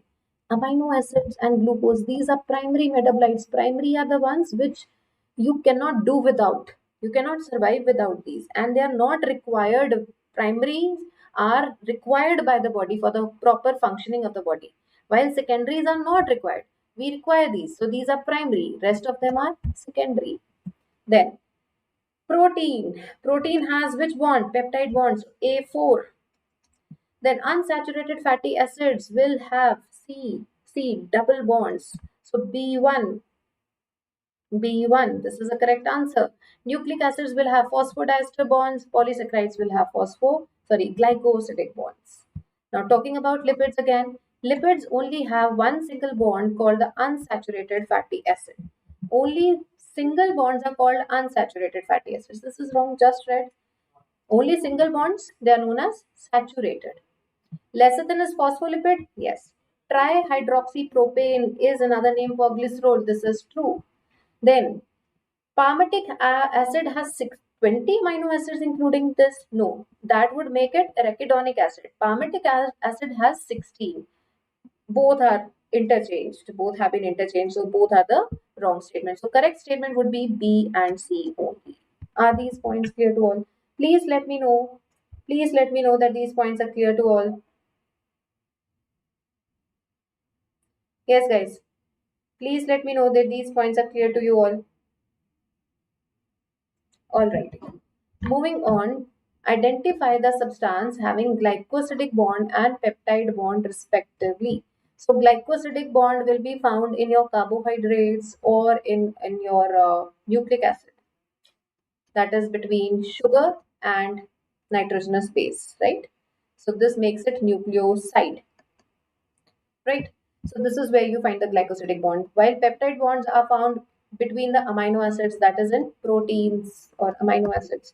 So cellulose, yes, glycosidic bond. Lecithin, no, not best. Lecithin will have ester bonds, being a lipid. Inulin is a carbohydrate. Insulin is a protein. So this is the correct answer, right? Chitin is a carbohydrate. This is a fat. Again, wrong. Glycerol is itself an alcohol, and trypsin is a protein. So the correct answers were there. Guys, are you concentrating or are you just chit-chatting amongst yourself? Is this the time here to chit-chat? Which one of the following is the most abundant protein in the animals? In the animals, it is collagen. Had it been biosphere, then answer would have been Rubisco. Right? Answer would have been Rubisco. Clear? All right. Identify the basic amino acid from the following. So basic amino acid would be lysine, valine, tyrosine or glutamic acid. Yes. Lysine. Lysine and arginine are rich in histones. Remember? That's what makes it basic. Histone proteins are basic because of lysine and arginine. Valine is neutral. Tyrosine is your aromatic. This is neutral. This is aromatic. And glutamic acid is, by the name says, acidic in nature. Clear? Identify the wrong statement with reference to gene I that controls ABO blood group. Yes. Wrong statement. Gene I. Allele I does not produce any sugar. Gene I has 3 alleles. A and B are present together, they express the same type of sugar, and person will have only 2 of the 3 alleles. So we have to find the wrong statement. Wrong statement is this. A will express A type of sugar, B will express B type of sugar. It says same, this is wrong. It will express different types. Then, inhibitor of catalytic activity. Inhibitor of catalytic activity, we have seen, it is malonate. It is malonate. Is it clear? That possess peptide bonds. Peptide bonds will be present in protein, collagen. A2B4, A2B4, A2B4. This is the answer. Cell wall made up of chitin, right? So C1, A2, sorry, A2, yes, B should be collagen. Cell, this should be, sorry, this is wrong. Let's do that again. So secondary metabolite is ricin for sure. So D1, yes. Then inhibitor is malonate. This is A2. Possess these. This is collagen, right? And cell wall made up of fat, right? So we have done this, right? Concavalin is a. Concanvalin is a. Yes, please. Concanvalin is a pigment, alkaloid, essential oil, or a lectin. Yes, guys. What is concanvalin? Everyone, please focus. So what is a concanvalin? Concanvalin is a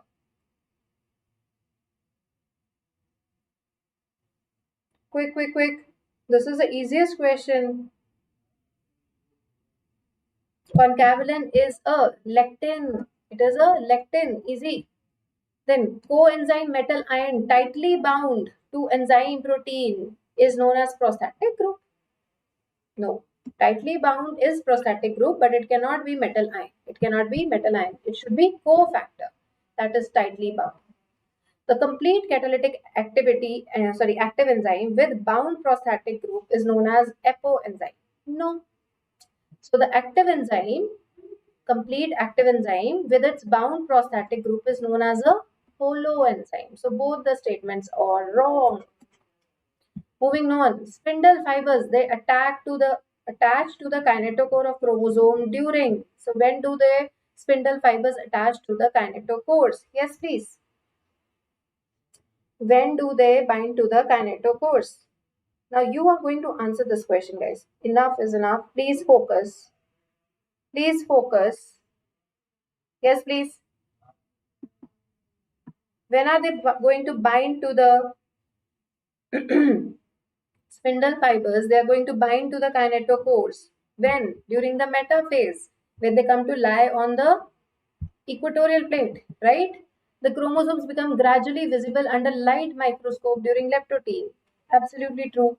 The beginning of diplotin is recognized by dissolution of synaptonymal complex. This is also true. Please let me know if this question is right. Let me know if this is true. So both the statements are right. Now, following the stages of cell division, correct sequence you have to tell. So what would happen the first? It is gap 1 followed by synthesis 2, E, C and then gap 2, right? E, C and A. This is the interphase. Then followed by karyokinesis and cytokinesis. Moving on now, the different points here. Let's see. So subphases or prophase have been given here. Prophases have been given here, guys. So now see, what is the correct answer? So dikinesis, chromosomes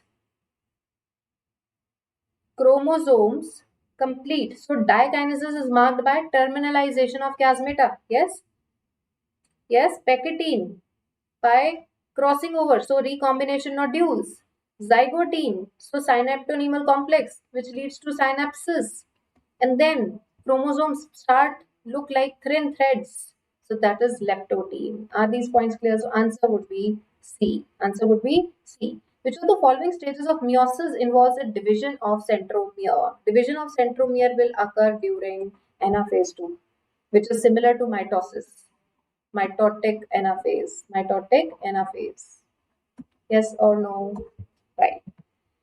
The process of appearance of recombination nodule occur at which stage? So the same stage where crossing occur would take place. So crossing over would occur at pectine. Clear? Now, in eukaryotes, replication of DNA takes place at S phase, synthetic phase. S phase is marked by replication of DNA, centriole duplication, histone formation. Moving on to the next, match the following. Let's see here. Let's see here. It says,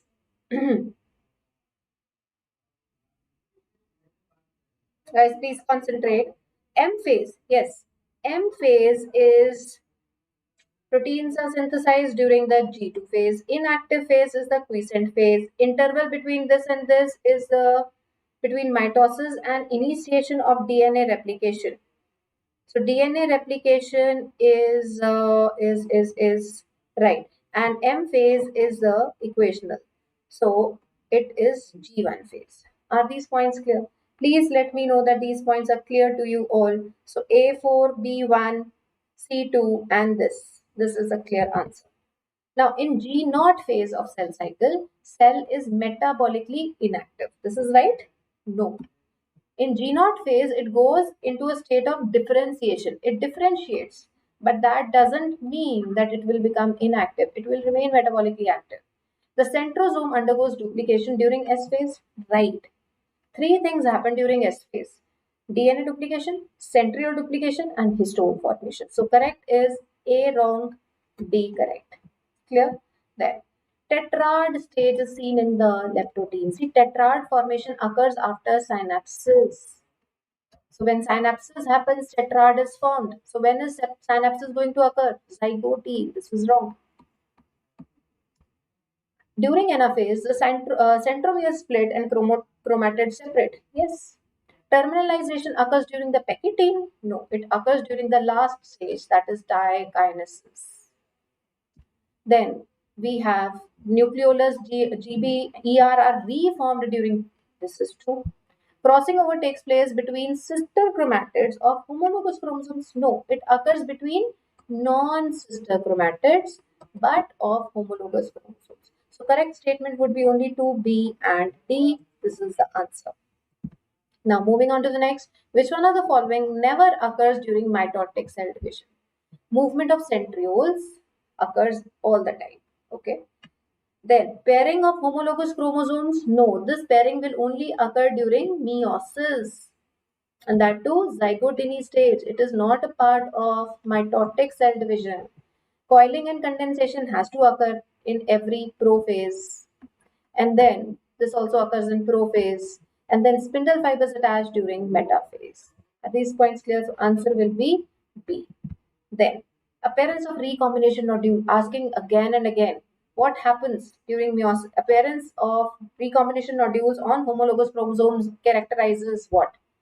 Sites at which, these are the sites at which recombination will occur, that is crossing over would occur.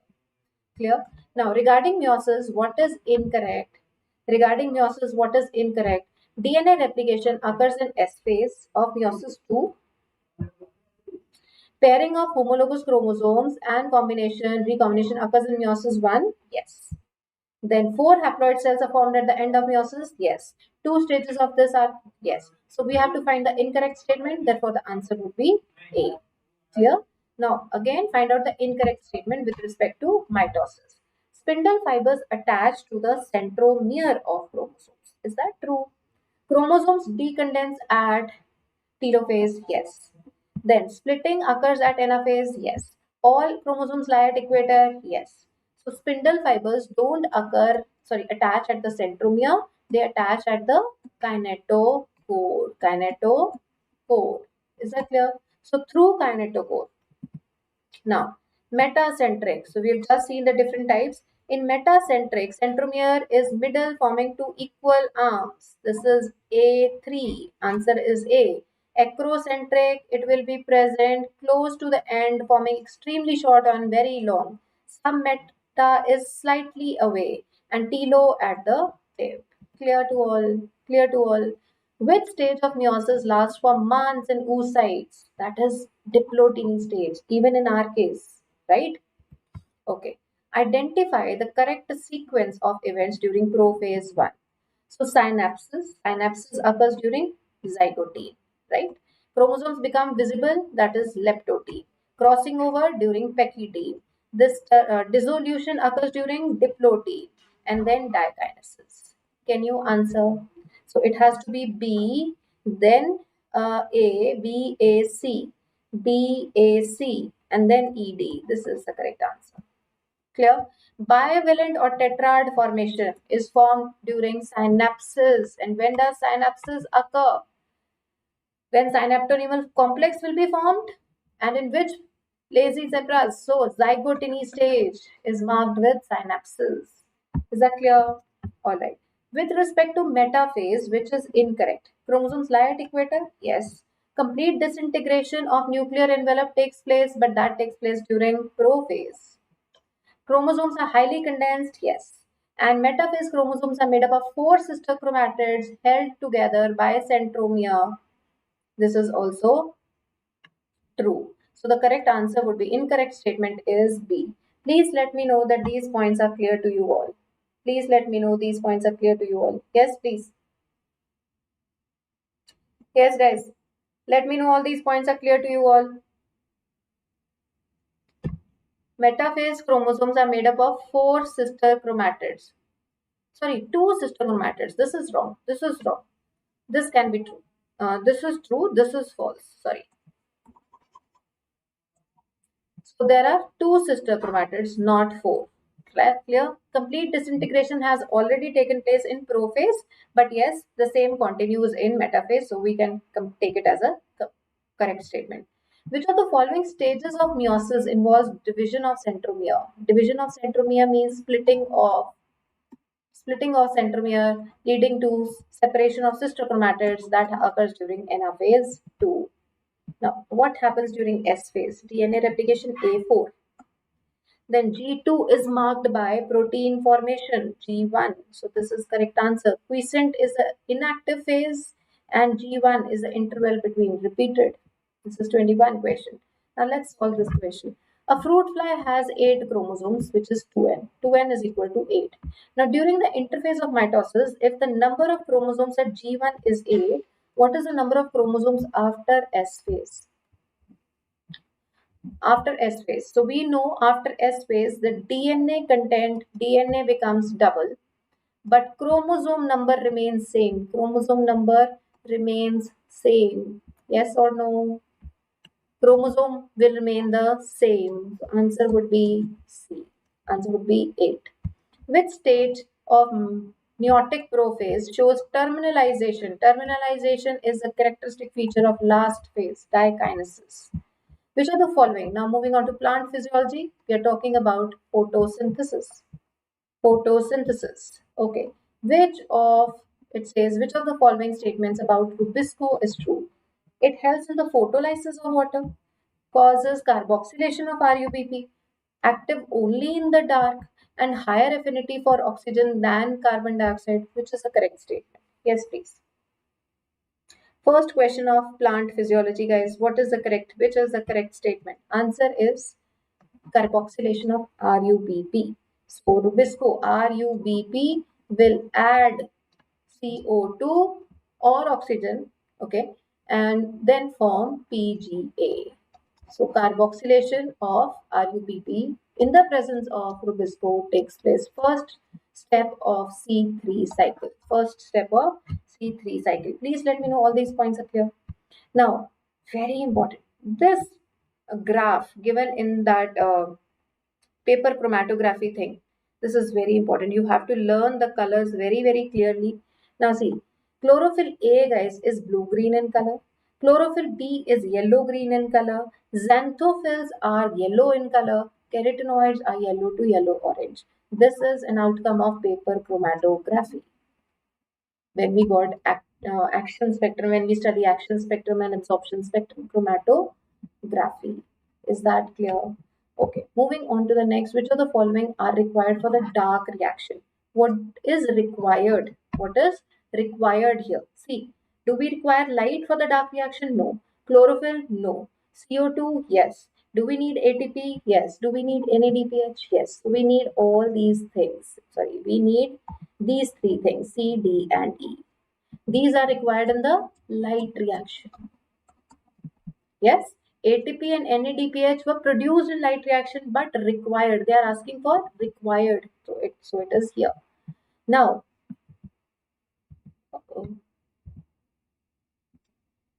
yes guys, let's see this question. So the question is, in C3 plants, some oxygen binds to rubisco, hence CO2 fixation is decreased. Which is absolutely true. Why? Because C3 plants do show photorespiration. This is called photorespiration. Now in C4 plants, mesophyll cells show very little photorespiration, while bundle sheath cells do not show photorespiration. What is the correct answer here? What is the correct answer here? Yes, please. Let me know quickly what is the correct answer here. So this is true statement, but in C4 plants there is no photorespiration neither in mesophyll nor in bundle sheath. So this is false. The correct answer would be C. Now moving on to the next question is the photochemical process phase of photosynthesis. What is photochemical? Light reaction. Light reaction. What does it include? Oxygen release, formation of NADPH, use of ATP, water splitting, and carboxylation. So except for carboxylation, this occurs during dark reaction. Rest all the things are going to occur during light reaction. Are these points clear? Okay. Now talking about match the following in C4 pathway. In C4 pathway, yeah, what happens? Light reaction, photorespiration, and Calvin cycle. Let's see. So guys, see, photorespiration is also known as C2 because there is a okay, wait. All right. So talking about this patch the following. Now see, so C4. In C4 we have carbon molecule PEP, which is a primary CO2 acceptor. This is a primary CO2 acceptor. Yes or no? In the C4 pathway. Clear? So A3 answer could be between these. Now photorespiration, we call it C2 cycle because there is a 2 carbon compound form which is phosphoglycolate. Yes? B4 answer will be D. Let's see others. Light reaction is marked by photolysis of water. This is how the reaction occurs. And then we have Calvin cycle which involves RUBP. Clear to all? Now, moving on to the next question here. Now, these questions have come up multiple times. See here. How many molecules of ATP and NADPH are required, respectively, for the formation of every CO2 molecule entering? For every CO2 molecule, guys, we need 3 ATP and we need 2 NADPH. This is for one CO2 molecule, 3 and 2. Now, this is one topic which comes back and again in different forms. Now, see the next question. You will see a similar question in a while. Wait. Yes, see this question first. Synthesis of ATP is linked to proton gradient. Wait. It is linked to proton gradient across a membrane, and it is explained by ATP synthesis is linked to chemiosmotic pathway. All right. Moving on to the next question here. I think I've forgotten to do this. Light reaction. Requirements of light reaction. What do we need in light reaction? This question was asked in 25. It has been asked in 24. We don't need CO2. This is needed in dark reaction. We don't need O2. It is produced as a result of light reaction. What is required? We need water. We need light. We need chlorophyll. Answer will be, yes. Answer will be C, D and E. Answer is D. This is the answer. Please don't get very happy looking at oxygen. Oxygen is associated with light reaction but not required. It is a product of light reaction. Is this clear? See here. Next question is, which of the following products diffuse out of chloroplast during photosynthesis? Which product will diffuse out? ADP will diffuse out? No. NADPH? No. ATP? No. It is oxygen which will be diffused out in the environment for us to breathe. Now, coming on to this question, see here, very carefully. The given equation, given stages, this represents your C3 cycle, right? So first of all, you have to tell the name of the processes. So first step in C3 cycle, guys, is carboxylation. Second is reduction. And third one is regeneration. Very easy question. Now, something related to this. How many ATP and NADPH required? It was asked in 25 for one CO2 molecule. Now it is asking ATP and NADPH required for one molecule of glucose. Now you know, for one CO2 we require 3 ATP and 2 NADPH, yes or no? And for formation of one molecule of glucose, you need to fix 6 CO2 molecules. So such 6 cycles have to go on. So just multiply 18 ATP and 12 NADPH. Is this point clear? Alright. Moving on to the next question here. Next question is the reaction center of PS2 has the absorption maxima at. So PS2 has the absorption maximum at 680 nanometer. For PS1, it would be 700 nanometer. Is this point clear? Is that clear? So we cannot, so plants cannot, so PS1 or PS2 cannot take in 780 nanometer because PS1 is also maximum at 700. 660 will be absorbed by PS2, but it is asking for the maxima. Maxima is 680. Are these points clear? Moving on to the next question, it says, which of the following combinations is required for chemiosmosis? Now this question has come up again and again. What are the requirements for chemiosmosis, guys? We need a proton pump, we need electron gradient, NADP reductase, or we need a membrane, proton pump, proton gradient, and ATP synthase, and membrane, proton pump, this, and so on. So for chemiosmosis, guys, we need ATP synthase. CF0, CF1, which will produce ATP. We need proton gradient. We need the difference. Lumen has high H positive and stroma has lower. We need the proton pump and we need a membrane across which it can pass. Answer will be B. So see, this question has come up again. So these are important. Just told you, chlorophyll A is blue-green. It's blue-green. Chlorophyll B is yellow-green. So A3B2. A3B2. Xanthophylls. Yes, xanthophylls are, let me know guys, what is the correct answer here? We are repeating this question. We have just done this question. Quickly let me know. Quickly let me know. So xanthophylls. Yes, xanthophylls are yellow. XY comes together. So that's how you remember. Xanthophylls are yellow. Carotenoids are yellow to yellow orange. Is that clear? All right. Moving on to the next question here. So next question says, Rubisco is the most abundant enzyme in the world. Photorespiration does not occur in C4 plants. Both the statements are true. Both the statements are true. Answer would be C. Moving on to the next question. So the next question says, which of the following statement is incorrect? It is incorrect.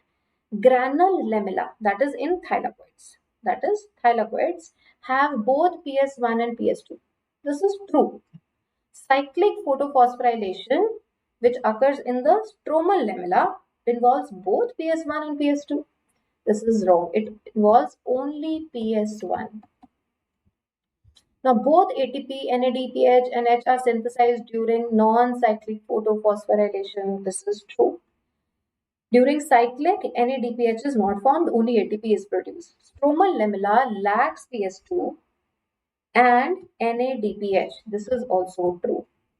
Is that clear? So we have to mark the incorrect statement. Answer would be B. Clear to everyone? Now see, again the question related to ATP and NADPH. When one CO2 molecule is fixed, one molecule of triose phosphate is produced. Okay? So when one molecule of CO2 is fixed, we form PGA. PGA is going to form one triose phosphate. Yes or no? So this will form two molecules and two. It says, which of the following photochemically made high energy intermediates are used in the reduction phase? This is the reduction phase. So it is only asking for reduction phase. Please read the question well. So when from PGA triose phosphate will be formed. So that is reduction reaction. So during reduction reaction, only 2 ATP and 2 NADPH will be produced.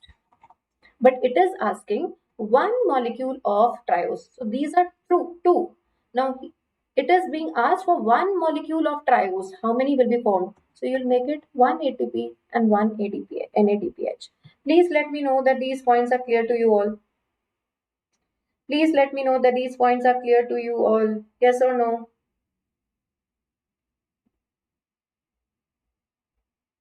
Yes, guys. So one molecule of triose phosphate fixed as one molecule of triose, which of the following photochemically made will be used? So see, we'll consider, it is asking one CO2 is fixed. So when one molecule is fixed, two will be produced, right? So we'll take it two only. We'll take it two only. Yes, we'll take it two only. Clear? We'll take it two only. Now, coming on to the next question. Next question is C. Identify the correct statements regarding chemiosmosis. Splitting of water occurs on the inner side of the membrane. True. Protons accumulate within the lumen. True. Primary acceptor of electron transfers the electrons to the electron carrier. Yes or no? So primary acceptor is phaeophytin of electron transfers electrons to the electron carrier. No, it transfers it to plastoquinone, which is a hydrogen carrier. So this is a wrong statement. NADP reductase is located on the stromal side of the membrane. Yes. Protons increase in number in stroma. No, it increases in lumen. So the correct statements would be 1, 2, and D. A, B, and D. Yes, A, B, and D. Are these points clear to everyone? Please let me know. Yes, guys. Are these points clear to everyone? Quickly. Please let me know. Are these points clear to all? All right. Moving on to the next question, guys. Moving on to the next question. Now, which of the following primary CO2 acceptor in C4 plants is phosphoenol pyruvate? Is that clear? Is that right? Sorry. Is it PEP? Primary CO2 acceptor in C4 is PEP. Yes. And it is found in mesophyll? Absolutely. Mesophyll cells lack Rubisco of C4 plants will lack Rubisco. This is also true. Rubisco will be found in the bundle sheath cells. Bundle sheath cells. True. Is that clear? So both the statements are right. Alright, moving on to the next question. Next question is again from chemiosmosis. Which of the following is not true regarding the release of energy during ATP synthesis through chemiosmosis? Not true. Breakdown of proton gradient, breakdown of electron gradient, movement of protons, and reduction of this. See, during chemiosmosis, proton gradient will be broken down when the protons will move from lumen to the stroma. It means there is a breakdown. So this is true. This is true. Then it says, but there is no breakdown of electron gradient. No breakdown of electron gradient. Movement of protons occur across the membrane to the stroma. Yes. And during that movement, yes, NADP reduction has already taken place. Is that clear? Okay. Moving on to now the next question related to first stable compound of CO2 fixation in sorghum. Remember, sorghum is a C4 plant which will undergo C4 cycle followed by C3 cycle. So it is a C4 plant. So what will be the first stable compound? C4 plants will have first stable compound as C4, which is oxaloacetic acid. Answer is this. Clear?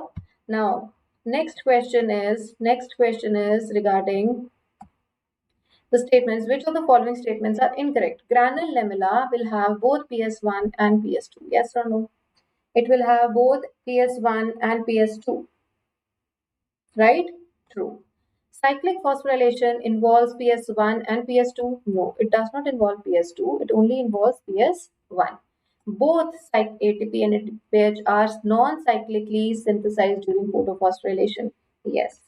It is only during the non-cyclic that NADPH will be produced along with ATP. And stromal lamella will have PS1 only and lacks this. This is also true. The correct answer would be B because we have to mark the incorrect statement. Is that clear? Alright. Next question is regarding respiration, is about respiration. Very easy question. Very easy question. If you cannot answer this question, then things are going to be hard and you'll have to revise the things. Yes, quickly let me know, guys. Complex 2. Complex 2 is succinate dehydrogenase. It is common for Krebs cycle and ETS. It's common for Krebs cycle and ETS. Clear? All right. Moving on to the next. So identify the step which says identify the step in TCA cycle. TCA cycle is Krebs cycle, which does not involve oxidation of the substrate. Which does not involve oxidation of the substrate. Yes. Which does not involve oxidation of the substrate.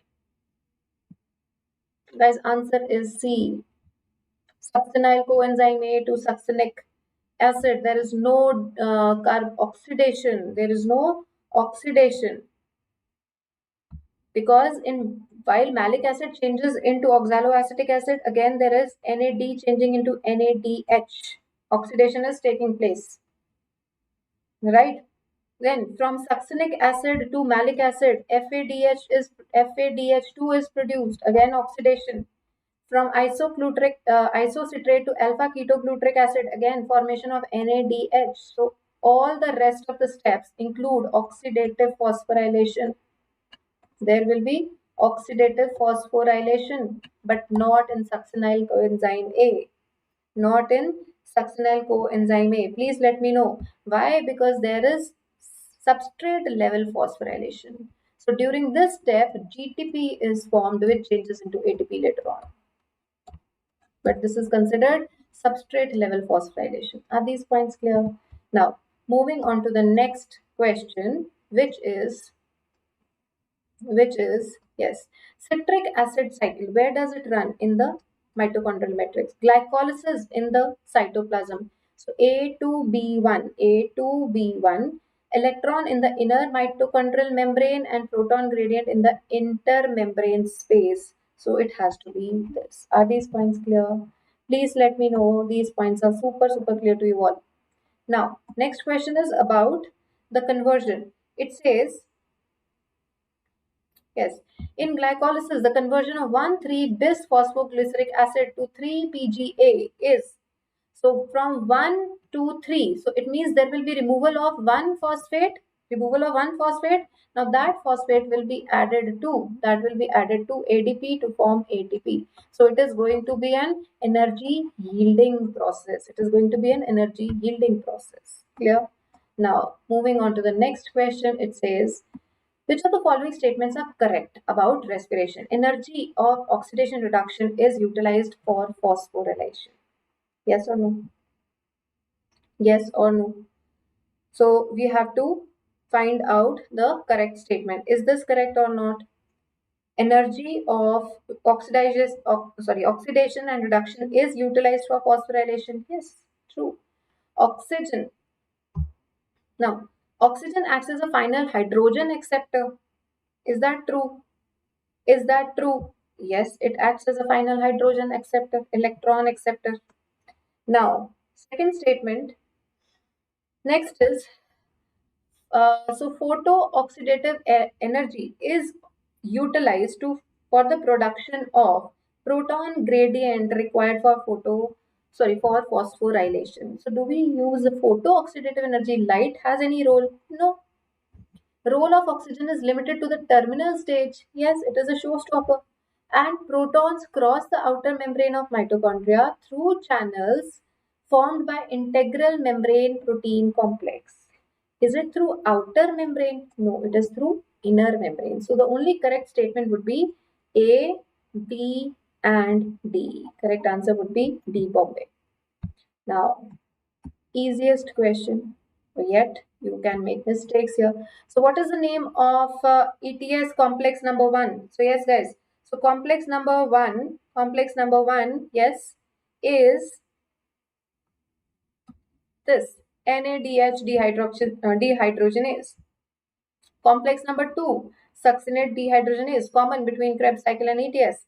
Complex 3 is going to be cytochrome BC1, and 4 is cytochrome oxidase. So what will be the answer? A1, B4. This is the answer. Clear? Alright, moving on to the next question of respiration. Let's see here. So cellular respiration is the breaking of CC bonds. Clear-cut NCERT line. This is absolutely true. Entire cellular respiration takes place in mitochondria. No, it takes place in cytoplasm also. Then fermentation takes place under.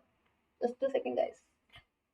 So fermentation takes place under anaerobic conditions in the germinating seeds. Yes or no? Does it take place? It does. It does. Right? So, this is true. The fate of pyruvate formed by glycolysis depends upon the type of organism. Yes, it does depend upon the type of organism. Right? In yeast, it will undergo fermentation. Now, water is formed during respiration as a result of oxygen accepting the electrons and getting reduced. Please let me know if this is also true. This is absolutely true. The last step, when oxygen accepts the electrons, water is produced. Answer would be except B. Answer would be A. Please tell me that these points are clear. So see, again, chemiosmosis related question. Chemiosmosis related question. So combination required for chemiosmosis is membrane, proton pump, proton gradient, and NADP reductase. No. It is membrane, proton pump, proton gradient, and ATP synthase. Clear to all? Please let me know that these points are clear. And now moving on to the next question, oxidative decarboxylation. Yes. Where does oxidative decarboxylation occur, guys? Where does oxidative decarboxylation occur? It occurs by the presence of pyruvate dehydrogenase. Can you tell me the process? Tell me the process when this enzyme is being used. Glycolysis is also known as EMP pathway, right? It is also known as EMP pathway. And then we have, okay, so then we have oxidative phosphorylation. It will take place in the presence of pyruvate dehydrogenase. Dehydrogenation is oxidation. And then TCA, another name for TCA. TCA is citric acid cycle. So this is a citrate synthetase. So this is a citric acid cycle, and for the formation of citric acid, we'll require citrate synthetase. So answer would be D. Answer would be D. I hope all these points are clear. Anyone who has a problem, let me see your chat, guys. Let me see your chat now. Please let me know that these points are clear to you all and you are revising these things. I see many of you just chit-chatting, making friendships here. Huh? Not the time. Okay. How many times does decarboxylation occur during TCA cycle? Yes. Let's see how many of you are clear with this one. How many times decarboxylation occurs during the TCA cycle? TCA cycle. It is twice. See, it is only twice. Why? One, when 6-carbon compound will change into 5-carbon compound, and then 5-carbon compound will change into 4-carbon compound. These are the only two steps where CO2 will be produced. CO2 will be produced. One during the formation of alpha ketoglutric acid, right? Once during the formation of alpha ketoglutric acid, and second during the formation of succinate. Second during the formation of succinate. From iso citrate to keto, and then ketoglutric acid to succinate. These are the two steps when CO2 will be released. Moving on to the next question, fatty acids are connected with respiratory pathway through acetylcoenzyme A. So this is a common byproduct for carbohydrates, proteins, and fats, right? Okay, moving on to the next question. Let's see what amount of energy is released from glucose during lactic acid fermentation. Clearly written in NCERT, it is less than 7%. It is less than 7%. Now, moving on to next, what is the net gain of ATP, guys? When each molecule of glucose is converted to 2 molecules of pyruvic acid. Yes. When 2 molecules of glucose are converted to pyruvic acid, net gain of ATP, it is asking. So there are 4 ATP produced, and 2 ATP used. These are produced, yielded, and these are used. So what is the net gain of ATP? It is 2. You will not consider NADH here. Is that clear? Okay. Moving on to the next question. This is about TCA cycle. Let's see here. So it says a number of times decarboxylation of isocitrate occurs during single TCA cycle. How many times it will undergo decarboxylation? How many times it will undergo decarboxylation? So we have just seen there are two decarboxylations occurring, one from isocitrate to alpha and then from alpha keto to succinate. Is this clear? And then we have this last question, which is which of the following statements are incorrect? Oxidation reduction reactions produce proton gradient in respiration. Are these points clear? What do you think?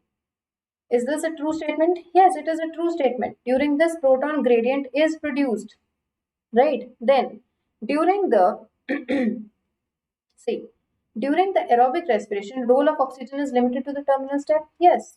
In ETS, one molecule of NADH gives rise to 2 ATP. No, one NADH is equivalent to 3 ATP molecule, while one FADH is equivalent to 2 ATP molecules. Clearly, NCERT line. ATP is synthesized by complex 5. Yes, ATP synthase. This is absolutely true.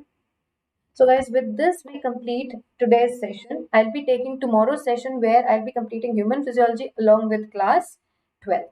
Is that clear? So don't forget to join me tomorrow again at the same time 5:30, and we'll be discussing all the PYQs with shortcut explanations of the topics, and we'll be revising the entire syllabus.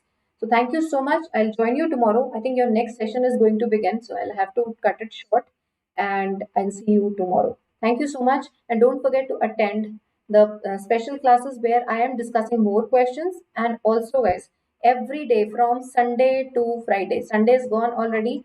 Now you have one less mock test to solve till Friday from 2 to 5 p.m. So these free mock tests are very, very important before you go to the NEET exam. Thank you so much. See you tomorrow.